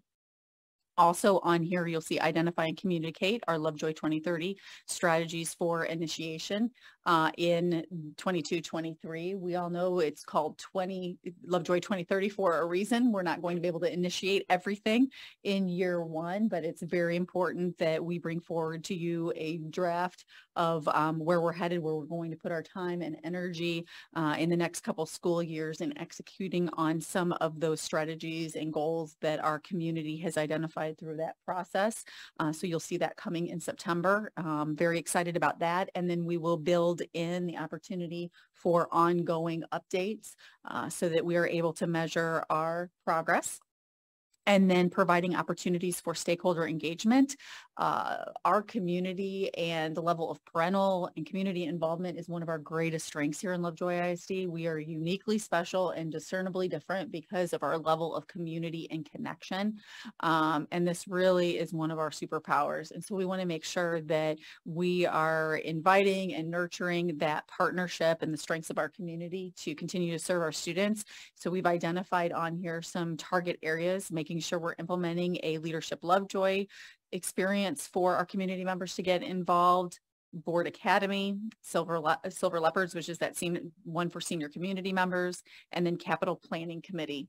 I also would like to share, there's some that aren't even on here. So we've had some real excitement surrounding Green Team, which is a arm of PTO, a group of parents that are very passionate about us making sure that we take care of the environment. And then they say we're going to save both types of green, the earth, and then also some money, which is great through these efforts. And they are going strong. And then, as you heard earlier as well, we're going to be implementing a special education advisory committee as well as a gifted and talented advisory committee. So the 4 listed on here are not even everything we're doing. And those are only the new things. And then working on developing that capital plan, which includes the INS and M&O impact. That capital planning committee will be a very important part of that process. It is critically important that we understand the current state of our capital assets and that we have a strategic plan and timelines for making decisions moving forward. We will also initiate development of partnerships with business, higher education, and or community organizations to benefit students, staff, in the district. And as you heard Dr. Tinsley talk about earlier, while in the process of actually reducing our central office staff and reorganizing our central office staff, we were able to make sure that a portion of one person's job within her department is to help keep our focus on this on an ongoing basis. And then we are having conversations about how we can use these resources in our community to provide our students with new opportunities, innovative opportunities that would not otherwise be possible. And so there's a couple things in the works, and I'm excited for the conversations in those areas so that we can see what we can bring forward for our students that they haven't had access to. What questions do you have for me? It was very thorough. I don't have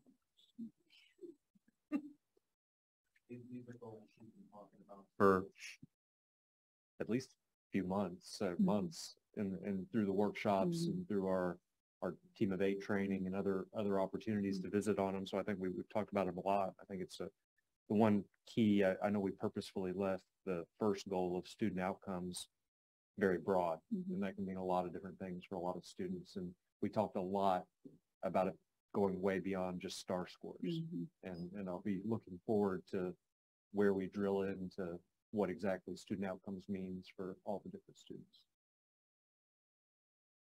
I'm just excited to see, again, that increased focus on student outcomes. If we keep our eye on the ball, and that ball is happy students who are succeeding, excelling, becoming better than they were the year before, in all areas, the graduate profile specific, outlines every one of those areas. But that is just, to me, the most important thing. And it's what keeps us going every month, coming to these meetings, sitting in these conversations about what's important. And that's what keeps our eye on the ball, having it clarified and lined out in the agenda. Mhm. That's what makes sense for us. So I'm very happy to see that. I think too, your other 4 goals underneath, they come back into supporting the student and the outcomes that we want for them. So I think it all fits together very nicely. But it is great to keep kids at the forefront, because that's why we are all here.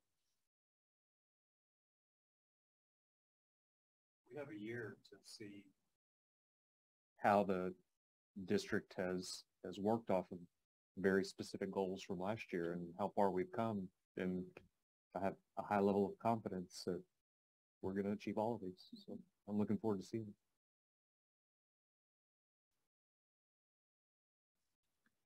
So with that, I would entertain a motion to accept the goals as presented by Ms. Cordell. I move that we accept the goals as presented for 22-23 academic year. So moved, Marvin Bobo. Second, Jeff Wood. All in favor? Opposed? Thank you very much.